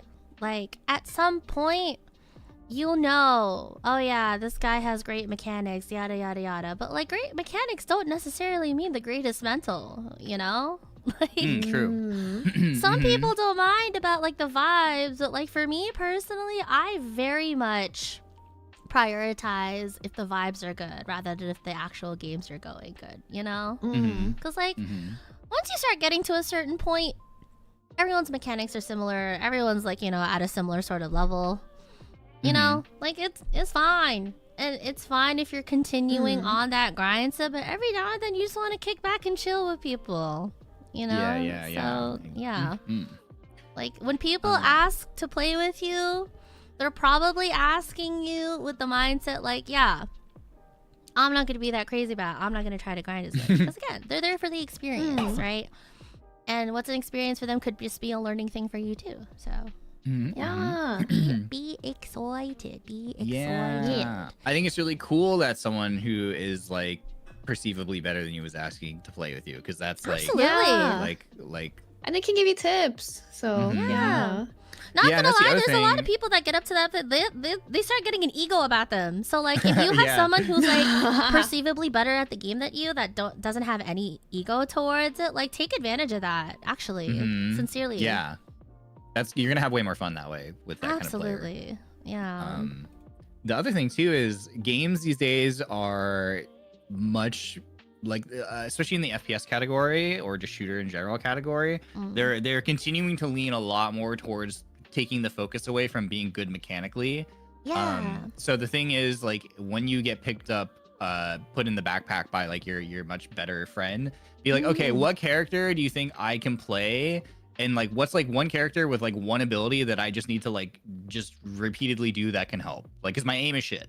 You can just be like, my aim's bad. I can't help you in a gunfight. What is a character I can play and an ability that you want me to just do all the time that I can just easily do that will help? And they'll be like, oh, okay, yeah, sure. You play this character, and then you just anytime we start fighting, you just press this button, and it's like, okay, cool. Yeah. So that's like one thing you can try. And so like also for the person who was like, I want to play Apex, but like I've never played it before and I'm scared of it. Like that's like one example is like just like find just the go and character.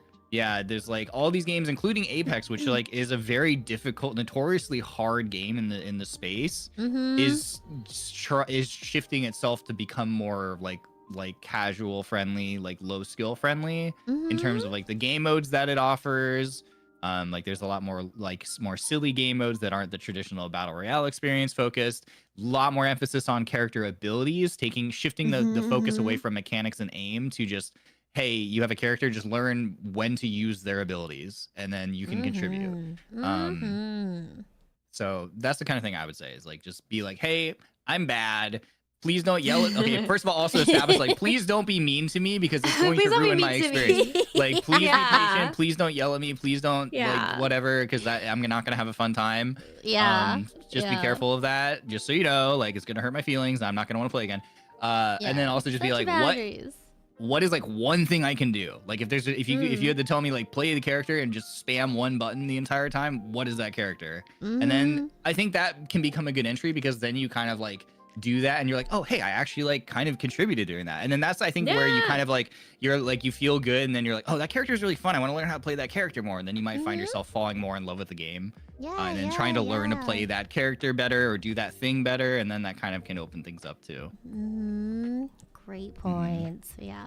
Shifting from playing with friends, we're just getting into Apex now, period. But before we do, Jackson is right. Put down that Loba shop, buy your items, and then close it when Loba shopping. Oh, God.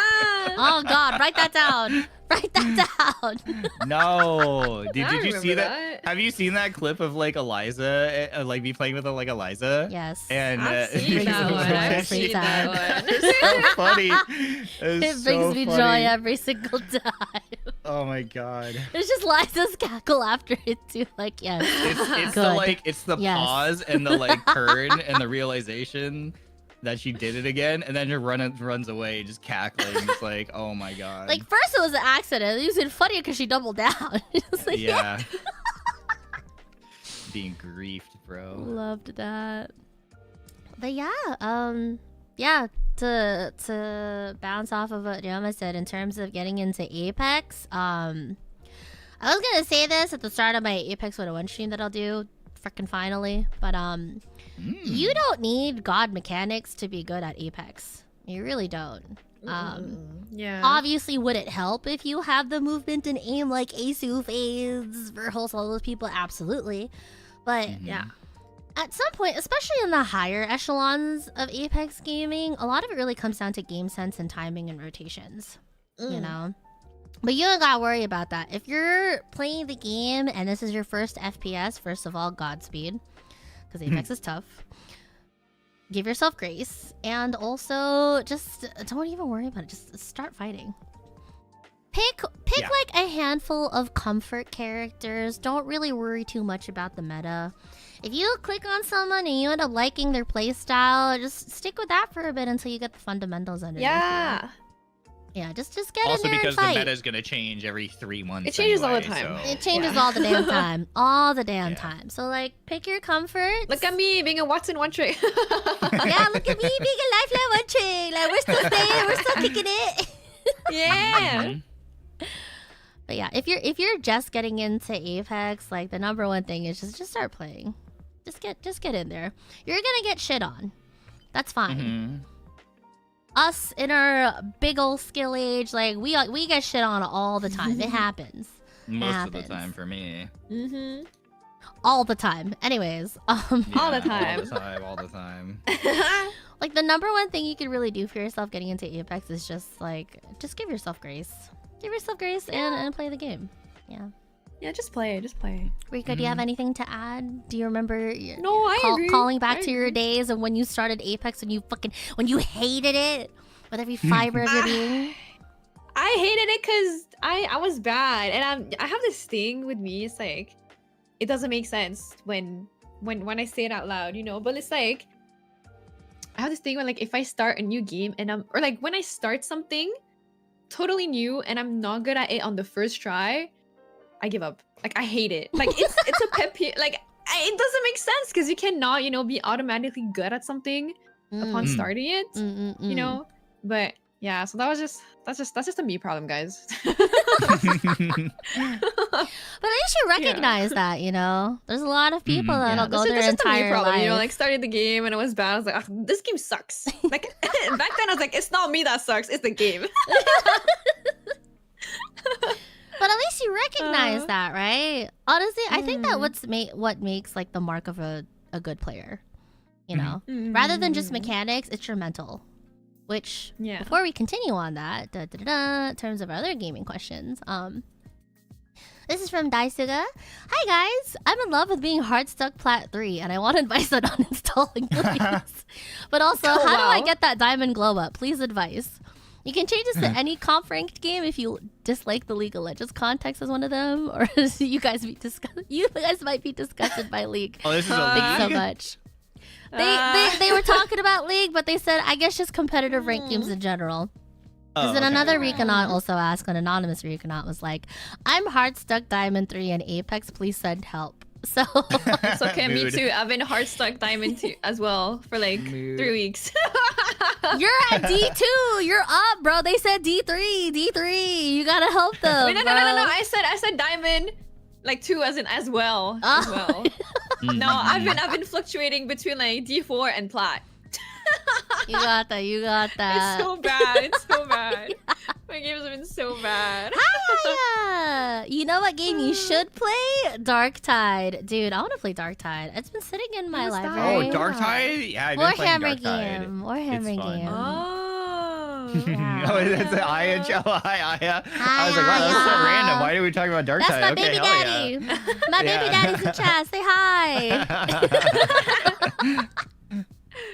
Darktide is a really good time. Can confirm. It's Fantasy Left 4 Dead. Yeah, it's been sitting in my library for the longest time, but I haven't been able to get dragged in. You should play it. Drag me in, bro. Let's do it. Super takes on Darktide. One. I've been playing the Arbitrator, and they have a dog, and you can pet the dog, so that's already a great game. You can pet the dog? You can pet the dog, and then the Good dog game. just goes and attacks people, and it's great. You pet the dog and then it attacks people? Yeah. 10 out of 10, no notes. 10 out of 10. Mm-hmm. Okay, so Darktide stream soon then. That's what I'm hearing. Mm-hmm. Featuring my baby daddy too. Because we need a Warhammer expert to guide the way. But yeah, okay. So, yeah. Climbing, ranking, getting better at the game, mental. How do you guys tackle it? Do you not tackle it? Any words of advice? Tilt really hard. No. And be really angry. Detox. What is wrong with you? Keep playing. Even when you're really mad and tilted. Yeah, it's just rage queue until you reach too much, and then you close the game, and then you just come back to it on another day with a clear mind, you know? Clear mind. You just gotta push through that wall. 99% of gamblers give up right before their big win. Okay, you gotta treat it the same way. Okay? I regret. You gotta beat that engagement optimized matchmaking. You know that they've got a win waiting for you. They're just trying to prolong it and hold it out so that they'll keep you engaged. But they gotta give until it to you win. eventually. You don't get off until you don't get a win. I have to cut the I'm cutting the bike up both of these idiots. Oh my god. Yeah, blame your teammates. Yeah, always blame your teammates. Yeah, I'm That's not a the good problem. one too. Everyone else around me is the problem. That This will game help is you ass. continue to rage queue because you won't actually be feeling bad about yourself. You're just mad at other people. You're mad at your teammates. So you have to shit ran. Yeah, you gotta redirect your frustrations to other people. That way you can continue rage queuing. Always blame others. Yeah. Yeah. God, this is good advice. We're good at this. Right, we're good at this. Yeah. This is really good advice. Yeah. I can't wait for the next time we come No, back but yeah, to I this feel and like, they're you just know, like, just, you know- hey, we got reported off the game. Just close the game and come back to another day, you know. Yeah. Yeah. That's what I've been doing, except I've been coming back to the game every day, so. Oh my god. Okay, so for actual advice. Yeah, that's right. Blame everyone. Blame everyone. You're not the problem, sweetie. They are. Your way or the highway. Okay, but not actually. I feel like every time I've plateaued, I feel like taking breaks, like stepping away from stuff actually helps. Because sometimes when you're so down in the trenches, you keep doing the same mistakes over and over again. So like, breaks can help. In terms of that, high key, I feel like the #1 way to like really improve quickly is just self-awareness, you know? Being able to reflect. Reflecting on, yeah. Obviously, there's some bullshit in games that you just cannot help, and sometimes it really can be blamed on the game. But yeah, I mean, like doing VOD reviews of your own stuff can help if you really want to improve. Like, there's some decent coaches out there you could reach out to, you know. Or again, if you are lucky enough to have people who are really good at the game, you can like maybe send it their way and they can be like, hey, we noticed you're doing XYZ. But yeah. Honestly, yeah, I feel like the people that improve the most are the ones that have the willingness to put their ego aside and to really break down, all right, what am I doing? What am I lacking? What can I do better? So on and so forth. But then sometimes you get some stupid ass randos and you really can't help it. Yeah, I think that's really key too. Is like realizing that sometimes like you have to be. You can't. Yeah, you have to be constructive in your criticism of yourself, and then you also have to acknowledge and accept that like there are some scenarios that like you literally couldn't have done. They're out of your control. Yeah. Like you pretty much played it as best you could have given the circumstances. So also remember to give yourself some grace sometimes, because sometimes it literally like it is the thing where it's like I think it's pretty universally accepted that like you should try to never blame your teammates. I would asterisk that and say never blame your teammates when you also have blame, right? That is so loud. Why is that so loud? Sorry. Oh, is it time for your man? yeah, it's from vitamin time. But it's like VOD review. So either record yourself, or if you're a streamer, watch your VOD. If you don't stream, consider just recording it somehow, like shadow play, or download OBS and run a recording in the background, whatever. I think VOD review is like so good. Like just watch your. I do this like every day. I will go back and I will watch. I saw you do that the other week. Yeah. We've been doing it. Yeah, we've been doing it specifically prepping for this Apex tournament. But even outside of that, it doesn't even like I watch every single VOD back. I watch my gameplay. And look at things to be like, oh, okay, this aim was good, this aim was bad, this positioning was good, this was bad, blah blah blah. This macro was good, this macro was bad. If you're actually trying to rank up like that, I think is really helpful. I think the challenge is sometimes you don't know what to look for, and so that's one of the hard things is you don't know what you don't know. So like BB was saying, if you can find a friend, you can hire a coach, or you can maybe send stuff to a friend who's better than you and say like, hey, can you look at this really fast, like even just this one part of this one game, and just tell me like what could I have done better. And putting your ego aside and understanding that like you are making mistakes, and so be open to being told what your mistakes are, and then like try to focus on fixing them. Goes a long way. Oh, another thing I'll add on too when it comes to VOD reviewing. VOD reviewing the dubs that you have is important because it's good to be able to reinforce, you know, things that worked.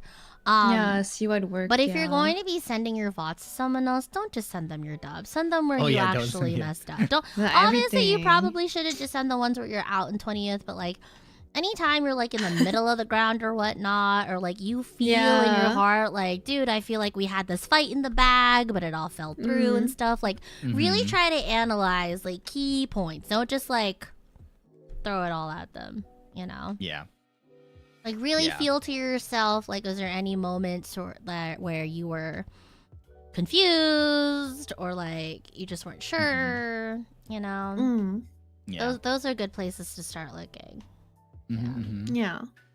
And you absolutely will get those games where your randos throw your games because they just go do something completely idiotic. But it's like really important, even when that happens, which will happen a lot of the time, quite frankly, it's still important to be like, oh my God, okay, we were in a position to win that game and then we didn't win because my teammate did this. Yeah. But that should be followed by, okay, but once that happened, what could I have done better in the chaos that followed that to have given us a better chance of like winning or placing higher or whatever. I think that's like the key, because a lot of people will go like, oh my God, my teammate entered their face off and died. Hard stop. You know, that's where the thought process ends. Like, damn it, we lost specifically because that happened, rather than taking it a couple steps further of like, okay, so once we were put in that really bad situation where we were at a disadvantage for the rest of the game, how did I react and like what did I do that, you know, maybe worsened the situation or didn't help improve the situation? That goes a long way. I think if you have friends that you play with, if you have some friends who you do play with, I would say the thing for me is like all this like stuff with Claude and Sable recently. I feel like I have vastly improved in terms of my understanding of my own gameplay from trying to VOD review them or like coach them. Like I feel like my macro has improved so much, and it's helped me like identify all my bad habits. You're not just running at teams anymore. yeah. I'm ranking up like way more consistently too now. Like, so like, I think one thing you can also do is if you have friends who play the game, you don't even necessarily have to VOD review them, but you could just watch other friends watch their gameplay. True. And like see what they do. Yeah, be analytical of their gameplay. And anytime you catch yourself going like, oh, that was stupid. Like, I think maybe, you know, they kind of threw there. You'd be like, oh, but do I do that? You know, like, are there times when I do the same bad thing? And that can help for one thing. And then whenever they succeed, you can be like, oh, I didn't know I should be doing that. That's like a good thing to try to implement into my gameplay. So like, I think you can identify bad habits by watching other people and then see if you can have identify the same patterns in your gameplay and then try to weed those out. And then also try to glean good habits from people and try to incorporate those. Speaking of good habits, not only are you watching your friends' VOD reviews or doing your own VOD reviews, watch the pros, watch the streamers. Like I used to do that. Hal and all that stuff. There's a reason why Hal is the CEO of EVE.EXE. There's a lot of cool things that he does and a lot of things that, you know, on the surface might just be him being like God gamer stuff. Because honestly, me personally, I don't think Hal's the best in terms of mechanics. I feel like that title goes to other people. But what he excels in a lot is being able to make snap decisions, being able to put his foot down about it, and actually see things through. He has an incredible game sense. Like, there's a reason why he's gotten so many trophies underneath him. Because again, at some point, mechanics can only carry you so far. To be really good at Apex, you have to have the game sense behind it.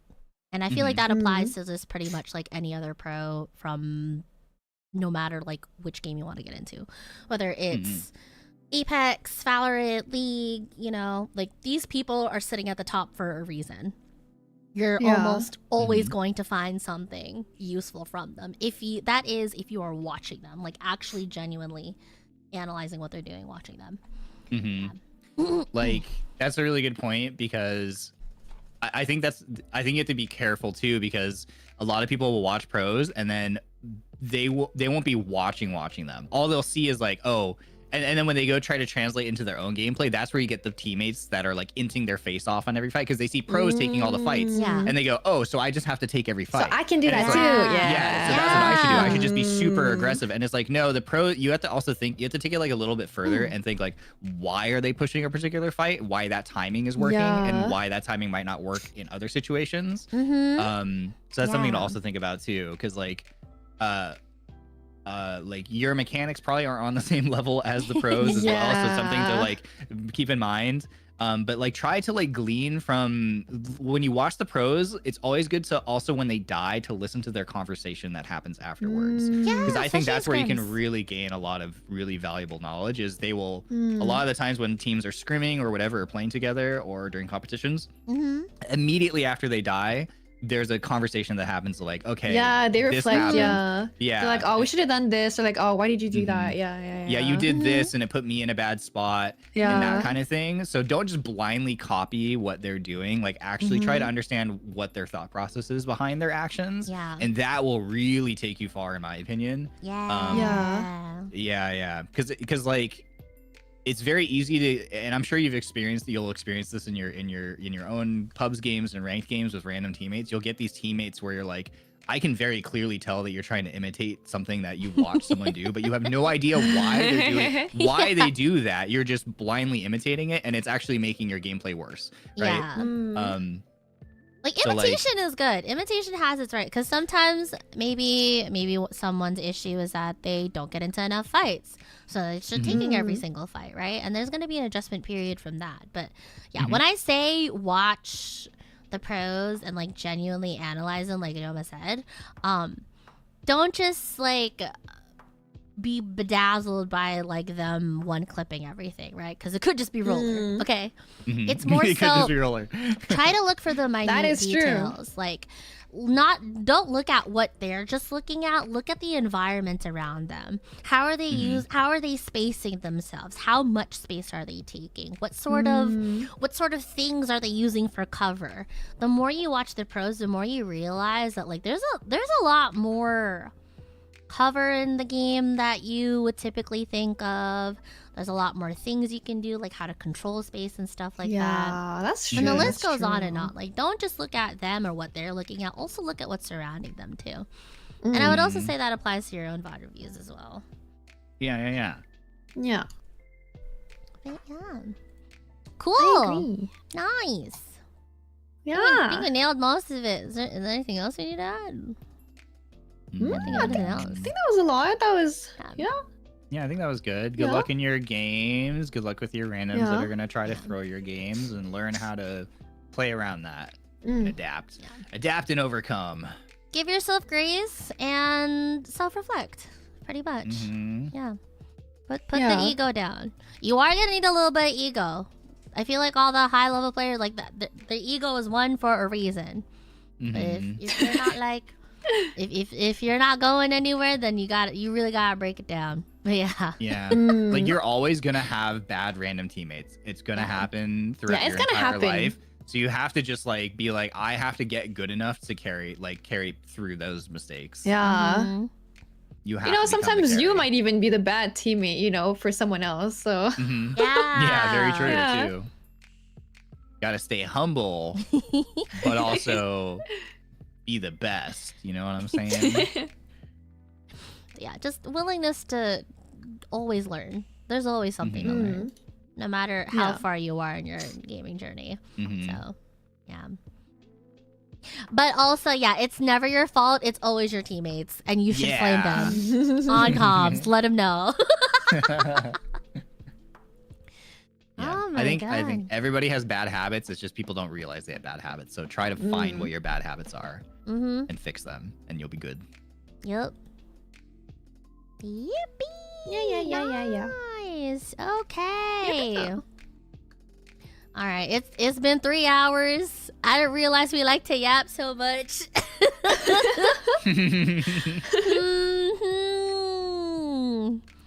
Yeah, because I know some of us probably have to go soon. So yeah. But there's a lot of interesting. We had some really great conversations. Yeah, so really great discussions. There's a couple of personal ones I'd like to get to, but we'll probably have to do an episode 2 for them. I'm trying to see if there's any time sensitive ones. Trying to see if there's any time sensitive ones. Here we go. But there's a lot of longer ones too, like personal sort of ideals and like friendships. Yeah. All that stuff. So yeah, that we'll definitely say that for part 2 for sure. Okay. Yippee! Guys, part 2. This is not the final one.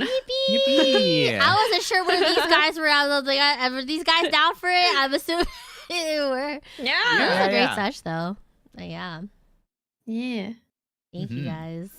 Thank you for joining me. Thank you to all of the bell chimes and Riconauts that ended. Thank you to everyone, for putting the questions. Thank you for your questions. Thank you, Bluebell, for putting up the form and organizing all the answers. Organizing this. Yeah. Yeah. I'm so excited. The next one's going to be all the love ones. Yeah. Life advice, relationship advice ones. Yeah, life and love, relationships, all that fun stuff. I'll be counting on you guys for that one. Y'all have lived longer than I have. You excuse me? You think I'd be getting any bitches around here? That's crazy. Well, yeah, because after all, you're so beautiful and pretty and talented. Okay, but I'm out here playing Apex, dog. Like I'm like one of those. She's a 10, but she plays Apex. What are we supposed to do? All right, let's see. Let's see if we can knock out any of the shorter ones. Oh, we were talking about this right before stream. So this one has to do with like studying, specifically languages. Ooh, this comes from okay. Bash Digno. Wanting to advance my Japanese studying more, as I feel like my knowledge is decent enough, but my Japanese is kind of broken and barely at a conversational point, depending on the topic. Parentheses, heavy topics or ones where I'd have to use big/long words are bad.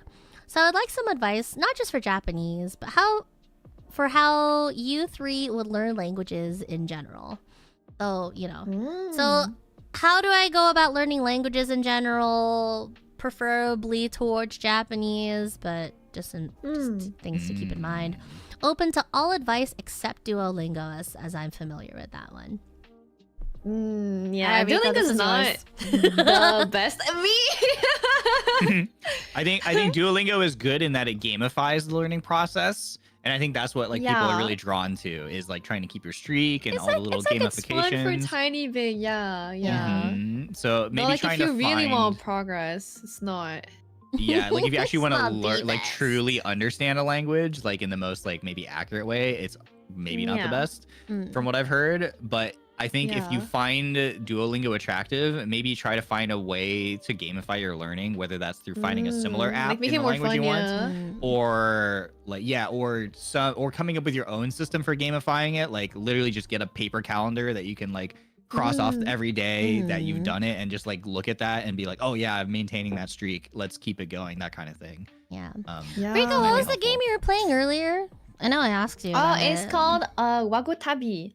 It's actually... Oh my god, hashtag not sponsored. But it's actually such a fun and cute game to play to learn Japanese. Like I've been using it, I've been playing it for like I think by now. Wait, let me see. What's my playtime?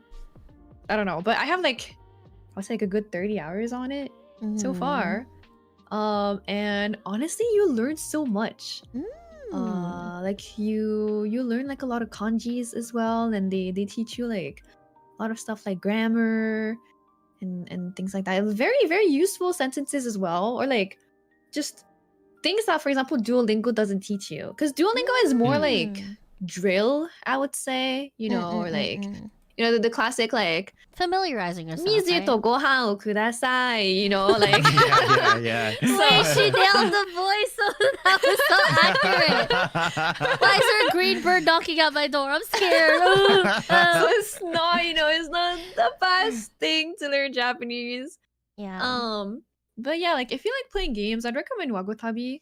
I'm pretty sure it's like pretty cheap on Steam too, and it's very nice. It's cute. But also, if you want to keep it to like more like apps on your phone, I do use a bunch. I mean, I've been slacking. I'm gonna be honest. I've been slacking on my studies in Japanese. Take a gun to your forehead. Oh, it's been But, so nice knowing you. Oh, it's nice knowing the both of you. Guys, I'm sorry about that episode too.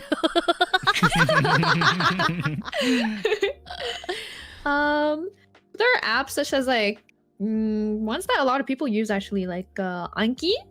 It's a nice app on which you can study. It's like flashcards basically. Anki. People often use it for kanjis. Yeah, so like a kanji shows up, and then like you can press like yes or no whether you remember it or not, and then if you don't remember it, it'll come back again. Like yeah, it's like yeah, it's very intuitive. It's very nice. Nice. Okay. There's also apps such as like Hanashi. That's like just like the name indicates, you kind of talk on it, and yeah, like it's what's it called? It's like exercises of like with pronunciation, like yeah, like pronunciating words. But I feel like you could also just buy books, you know, at like your your local bookstore, and don't be afraid to like buy kid books, like books for kids, because that's how you learn, you know? That's how you learn. You start like baby steps. And don't be afraid to just watch cartoons as well in Japanese. Like for example, something, well, you know, I'm a VTuber, therefore I like anime. You know, so something that I've done for a very long time is just watch anime. You'd be surprised. There's a lot of VTubers out here be like, what the heck is an anime? It's like, dog? I know, you know, but yeah. And it's like, I feel like, you know, after watching anime for so many years, at some point you just start memorizing some words, you know? Like, well, I've come to the point where like, I don't really need subtitles anymore in watching anime because I can understand most things. Unless, of course, like, it becomes very technical. But yeah, like, don't be afraid to just start watching shows that you really like, but in a different language. So that even though you don't understand the language, you can understand based on the context and also because you know what happens in the movie. You know, so yeah, watching movies. I wonder if there are many apps out there that can like connect you to people who are also learning. Like, there are. Because I know there's a bunch. I know one thing that's helped a lot. At least my other friend who's like complete polyglot knows like +4 languages. Like a lot of the things that help them. If they can't actually live within that culture, then they like pick up a buddy, like a speaking buddy that they can talk to, like gaming buddies as well. Yeah, that's why I like just playing games sometimes on different regions and I just talk to people. But I mean, I know some people might be too scared to do that. You're such an extrovert, bro. Yeah, she's such an I'm over here clutching my pearls, dog. I'm like, what? My bad, bro. My bad. I just like sometimes I play a game and then I just go into a random lobby and I'm like, konnichiwa. I could never. I would die. ごめんね。私の日本語は下手。下手くそです。Yeah, that's the only thing I know how to say. Every time I got like rated by my GP senpais, I was like, my Japanese sucks ass. Thank you. Yeah, like the thing with like learning languages is like, well, that's something that I do. It's like you need to drown to be able to swim. You know, like you need to like just jump in the water.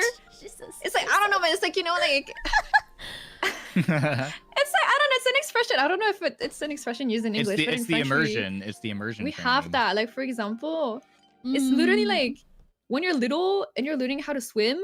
Well, you just they just put you in the water. You know, like they just put you in the water and you kind of like figure it out yourself. So like, yeah. But I feel like, yeah, you really need to immerse yourself in the language to like learn it. Yeah. Or it's like, because some people, well, myself included, like take it too easy and like they don't go out of their comfort zone enough. Like they just stay where they're comfortable, you know, where they're like, okay, this is easy, this is fine. But they don't learn much by doing so, you know, and you could learn so much more by going out there and venturing a bit. And it's scary and it will be awkward because, well, your Japanese sucks, and then you'll be talking to someone and they'll be like, what the fuck are you saying, you know? And then you'll have to use Google Translate. But I'm afraid that's how it is. That's how you learn, you know? She wants us to talk to strangers. Uncomfortable. Yeah, or something that I still struggle with is like making mistakes. Don't be afraid to make mistakes. That's how you learn. Yeah. But I'm so scared of making mistakes, so I just don't speak. Dog, what happened to all that nice ass advice you gave like 2 minutes before? I know, but it's like do as I say, not as I do, you know? Do as I say, not as I do. The biggest underline in this whole entire thing is that do as we say, not as we do. Yeah. Oh my god. Because you learn from making mistakes, because then, you know, it's like, I don't know, something I don't remember what exactly it was, but you really do. There was one time where like I said something completely wrong in Japanese and it was so embarrassing that because of that I know to never say that word ever again. Because I don't want it to happen. Yeah. True, fair. Yeah. Okay. Yeah. Well, so TLDR, use apps, go out there, talk to people, and be awkward. make mistakes. Yeah. Be comfortable Yeah. being uncomfortable. Crying. Yeah, it's only awkward if you think it is. It's only awkward if you think it is. Yeah. Okay, so just keep it cool then. Keep it cool. Lock in. Get comfortable being uncomfortable. Yeah. Yeah. I will say that, and obviously, I need to do is I need to actually like learn proper grammar and structure and all that stuff. But like, my vocabulary for Japanese, like I have gotten compliments from like even like staff and also like my more fluently Japanese speaking like colleagues, where they might be having a conversation with people in Japanese and then they'll be like, oh, did you get it? And I'll be like, oh yeah, I understood like most of that. Like, and they'll be, oh, did you? And I'll like tell them, I'm like, oh yeah, you were saying this and you were talking about this. And they're like, they're always like, they were like, that's really, you actually got all of that. Like, that's crazy. Yeah. And it's like, my only training is I've watched anime with subtitles. Like, that's no, but it. Same.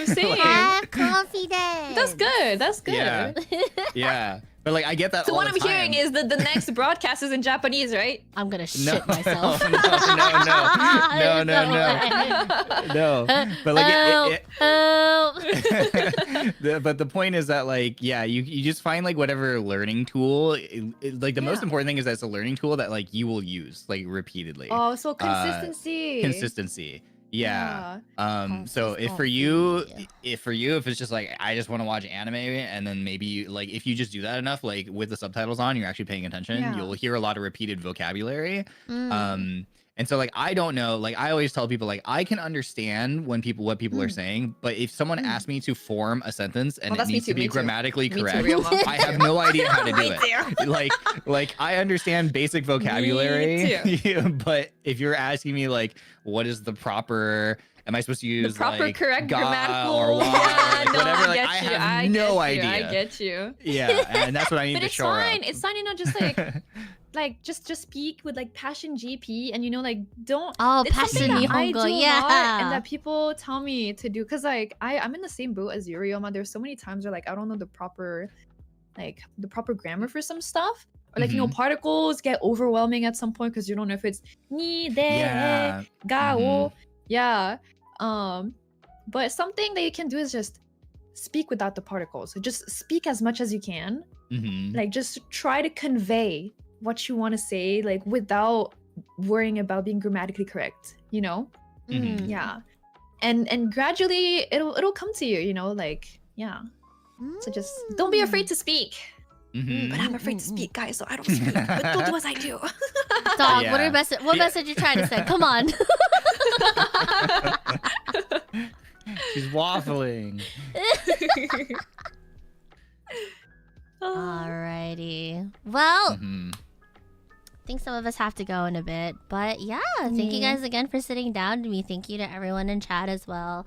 To all the bell chimes, to all the Yodins, to all the Rikonas. Thank you guys so much for hanging out with us. Definitely down to cover the rest of the responses. Although honestly, I think we managed to get through like halfway though, no? Damn, we ended up covering a lot, I think. Yeah, we did a lot. I was doing like a quick count, and there's like X's in like half of these questions. So yeah, we're making some great time. I hope you guys got something useful out of this, whether it's for fashion, streaming, supporting your favorite streamers, gaming. And next time we get to get all the nitty gritty. Yeah, your personal things. This girl. So you drop that, man. You should drop this, girl. All this, but yeah. Block them. Stop talking to them. Next time we're gonna turn up the heat. Expose them. Put them on blast. Yeah, exactly. Get out the Google Doggy. Best way. Oh, to type up your bestie. Like. We'll put that plan into motion too here. Lead by example. Alright. But yeah. Thank you guys again for hanging out with me. I very much appreciate it. Thank you to everyone for all your responses. We'll definitely Thank you for submitting. Have a part 2 for this. Oh my gosh, she had so many response. I'm glad we got to the ones that we did, but yeah, I definitely want to tackle the rest of these. And if you guys are down, I'm more than happy down. Yeah, of course. I'm down. Same time next week, I guess. Same time next week. What y'all got going on? 20th? Oh, I have to see. I have to check. I don't know. Okay. I would say later on this week, but like I got ALGS. My sleep schedule is gonna be more cooked than usual. Yeah. Cause I'm watch partying chance, but afterwards, yeah. I need to watch that. It's gonna be hype. I need to do some recon. I've been trying to watch some of the scrims. The scrims look like a ton of fun. But, ooh, I haven't been watching anything. Honestly, I kind of forgot. I thought it was next month. I thought it was too, and then I realized no, it's January. And then I see all of the pros like boot camping in Korea, and they're talking about the delayed flights. People be like, I'm flying to Japan for next week. I'm like, why? Yeah. LGS. I'm like, oh. Jealous. Yeah, ALGS more like AL jealous. Okay. It's okay. One of these days, Team BRR will be there. Team BRR will be there at champs. So on God. Gulp. On God. On the telly. We'll be on the telly. It'll be great. Oh, I thought you meant we would like go watch it in person, but yeah, that also would be cool. That too. Yeah, watch in person. We'll have like our own stream. We either have the B stream, we could get like a C or D stream going. You know? BRR stream. The BRR stream. Yeah. All right. Before we sign out, I guess, do you guys have anything you want to announce? Anything cool? Anything hip? Do I have anything? Do you? I don't know. I don't think I have anything. Do you have anything? I mean, I have my usual, which is like my merch.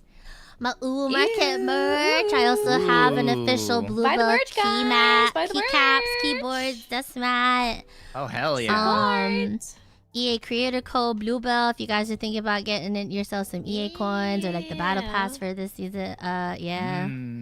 What else?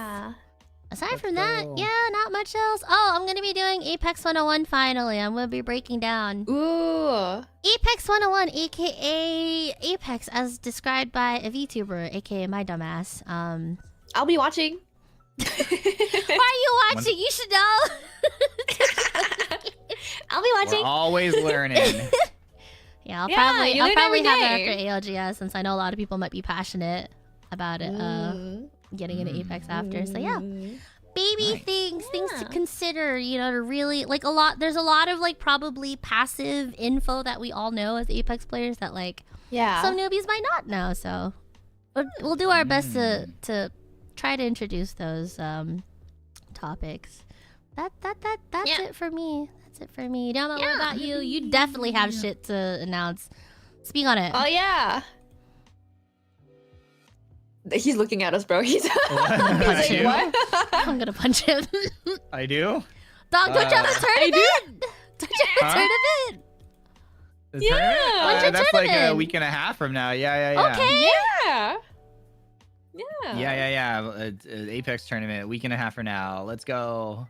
What the time? frick is this? Date? Who are you playing? Do you want Team BRR? Okay. We're doing it for him. Are you one of those people that get shy? Wait. No, there's a chance he might get shy. He might like choke if all of BRR is like watching him. Are you one of those people that get shy? Do you get shy when like people come to support you on your tournaments, or can you watch? Oh no. Okay.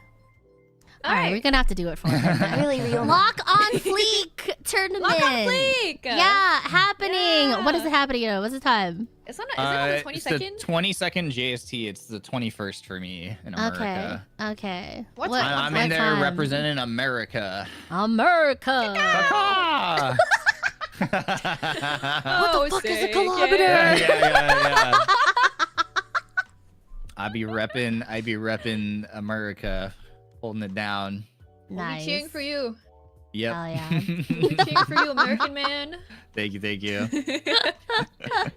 Yeah. But yeah, that's next week. Like 10 days or 8 days from now. No, that's literally next Thursday. Yeah, it's next week. So yeah, just a bunch of more practice this week leading up to it. We're gonna like basically mini boot camp it. I think like for like the 5 days leading up to it, we're just gonna play Apex every day as a team. Hell yeah. So yeah, look forward to that. Yeah. Yep. It's Freaking yeah. doing my best to IGL, and we still gotta figure out what comp we're running and what characters people are gonna play, but You'll be so I'll be fine. figuring that out the rest of the week. You'll be fine. You'll be fine. Get that win. Get that win. Any next upcoming streams for you guys? Anything else? Just the usual normal streams. Okay. Yeah. What's the next time we're gaming? I know broadcast is gonna happen sometime soon, TM, but what about gaming? Gaming. Whenever. Yeah, whenever. Okay. Whenever. Okay. Cool. Yeah. All right, y'all. Doors always open. Okay. Well, sounds good. Thank you guys again. Can't thank you guys enough for blocking out some time of the day to just shoot the shit. Definitely looking forward to the next time we run it back. Question for chat. What are we starting off with the next time we're back? Are we gonna start off with the love advice, the life advice, or some of the personal stuff, the other stuff? What are we doing? You fuckers trust us to give love. I feel like we'll have a lot more strong suit in friendships, but you guys, some of us have been asking for love. We'll do our best though. Personal stuff for last? I think so too. Yeah. Okay. Love advice used to be the main course. Okay. Alright. Cool. Sounds good. Alright, we'll get that figured out. Alright. Who's on a raid into? Let me see. Oh, Hestelia. Yeah, who's live? Still doing content warning. Fish is playing Arc Raiders. She's been playing Arc Raiders I love Fish Arc Raider streams. She's so funny. Raidering. She's so funny. I'm in stitches every time I watch her. Seriously. B-City is playing Counter-Strike. Avira is chatting on YouTube. Who are you rating? Y'all see anything cool? Anything hit? Wait, actually, hold on. The real question, do I have perms for these people? Right? Freaking YouTube rating. Let's say hi. Let's say hi to friends. Okay. Yeah. Let's just do boom. Actually, hold on. Fish has already been streaming 5 hours. Maybe. I don't know, man. She went for like 12 that last time. She did. 12. Like, it was such a long Arc Raider stream. It was great. Oh my days. She's hooked. Her ass is hooked. You next. You I think she likes the game. Just a thought. Yeah. Just Mom says it's your turn to like the game too. I know you're gonna hate Arc at first, but we're just ranking you in enough times that Stockholm will kick in. Rico loved the PvP when we played, right, Rico? Okay. Wasn't the PvP addicting? Wasn't it fun? Yeah, wasn't it fun? You had a great time, didn't you?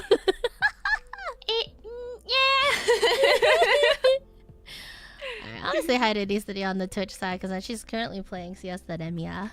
So. Oh, nice. I'll say hi to the girlies. Yeah. Counter-Strike. All right, guys. What's the melon? Trying to think. What's gonna be your address? What's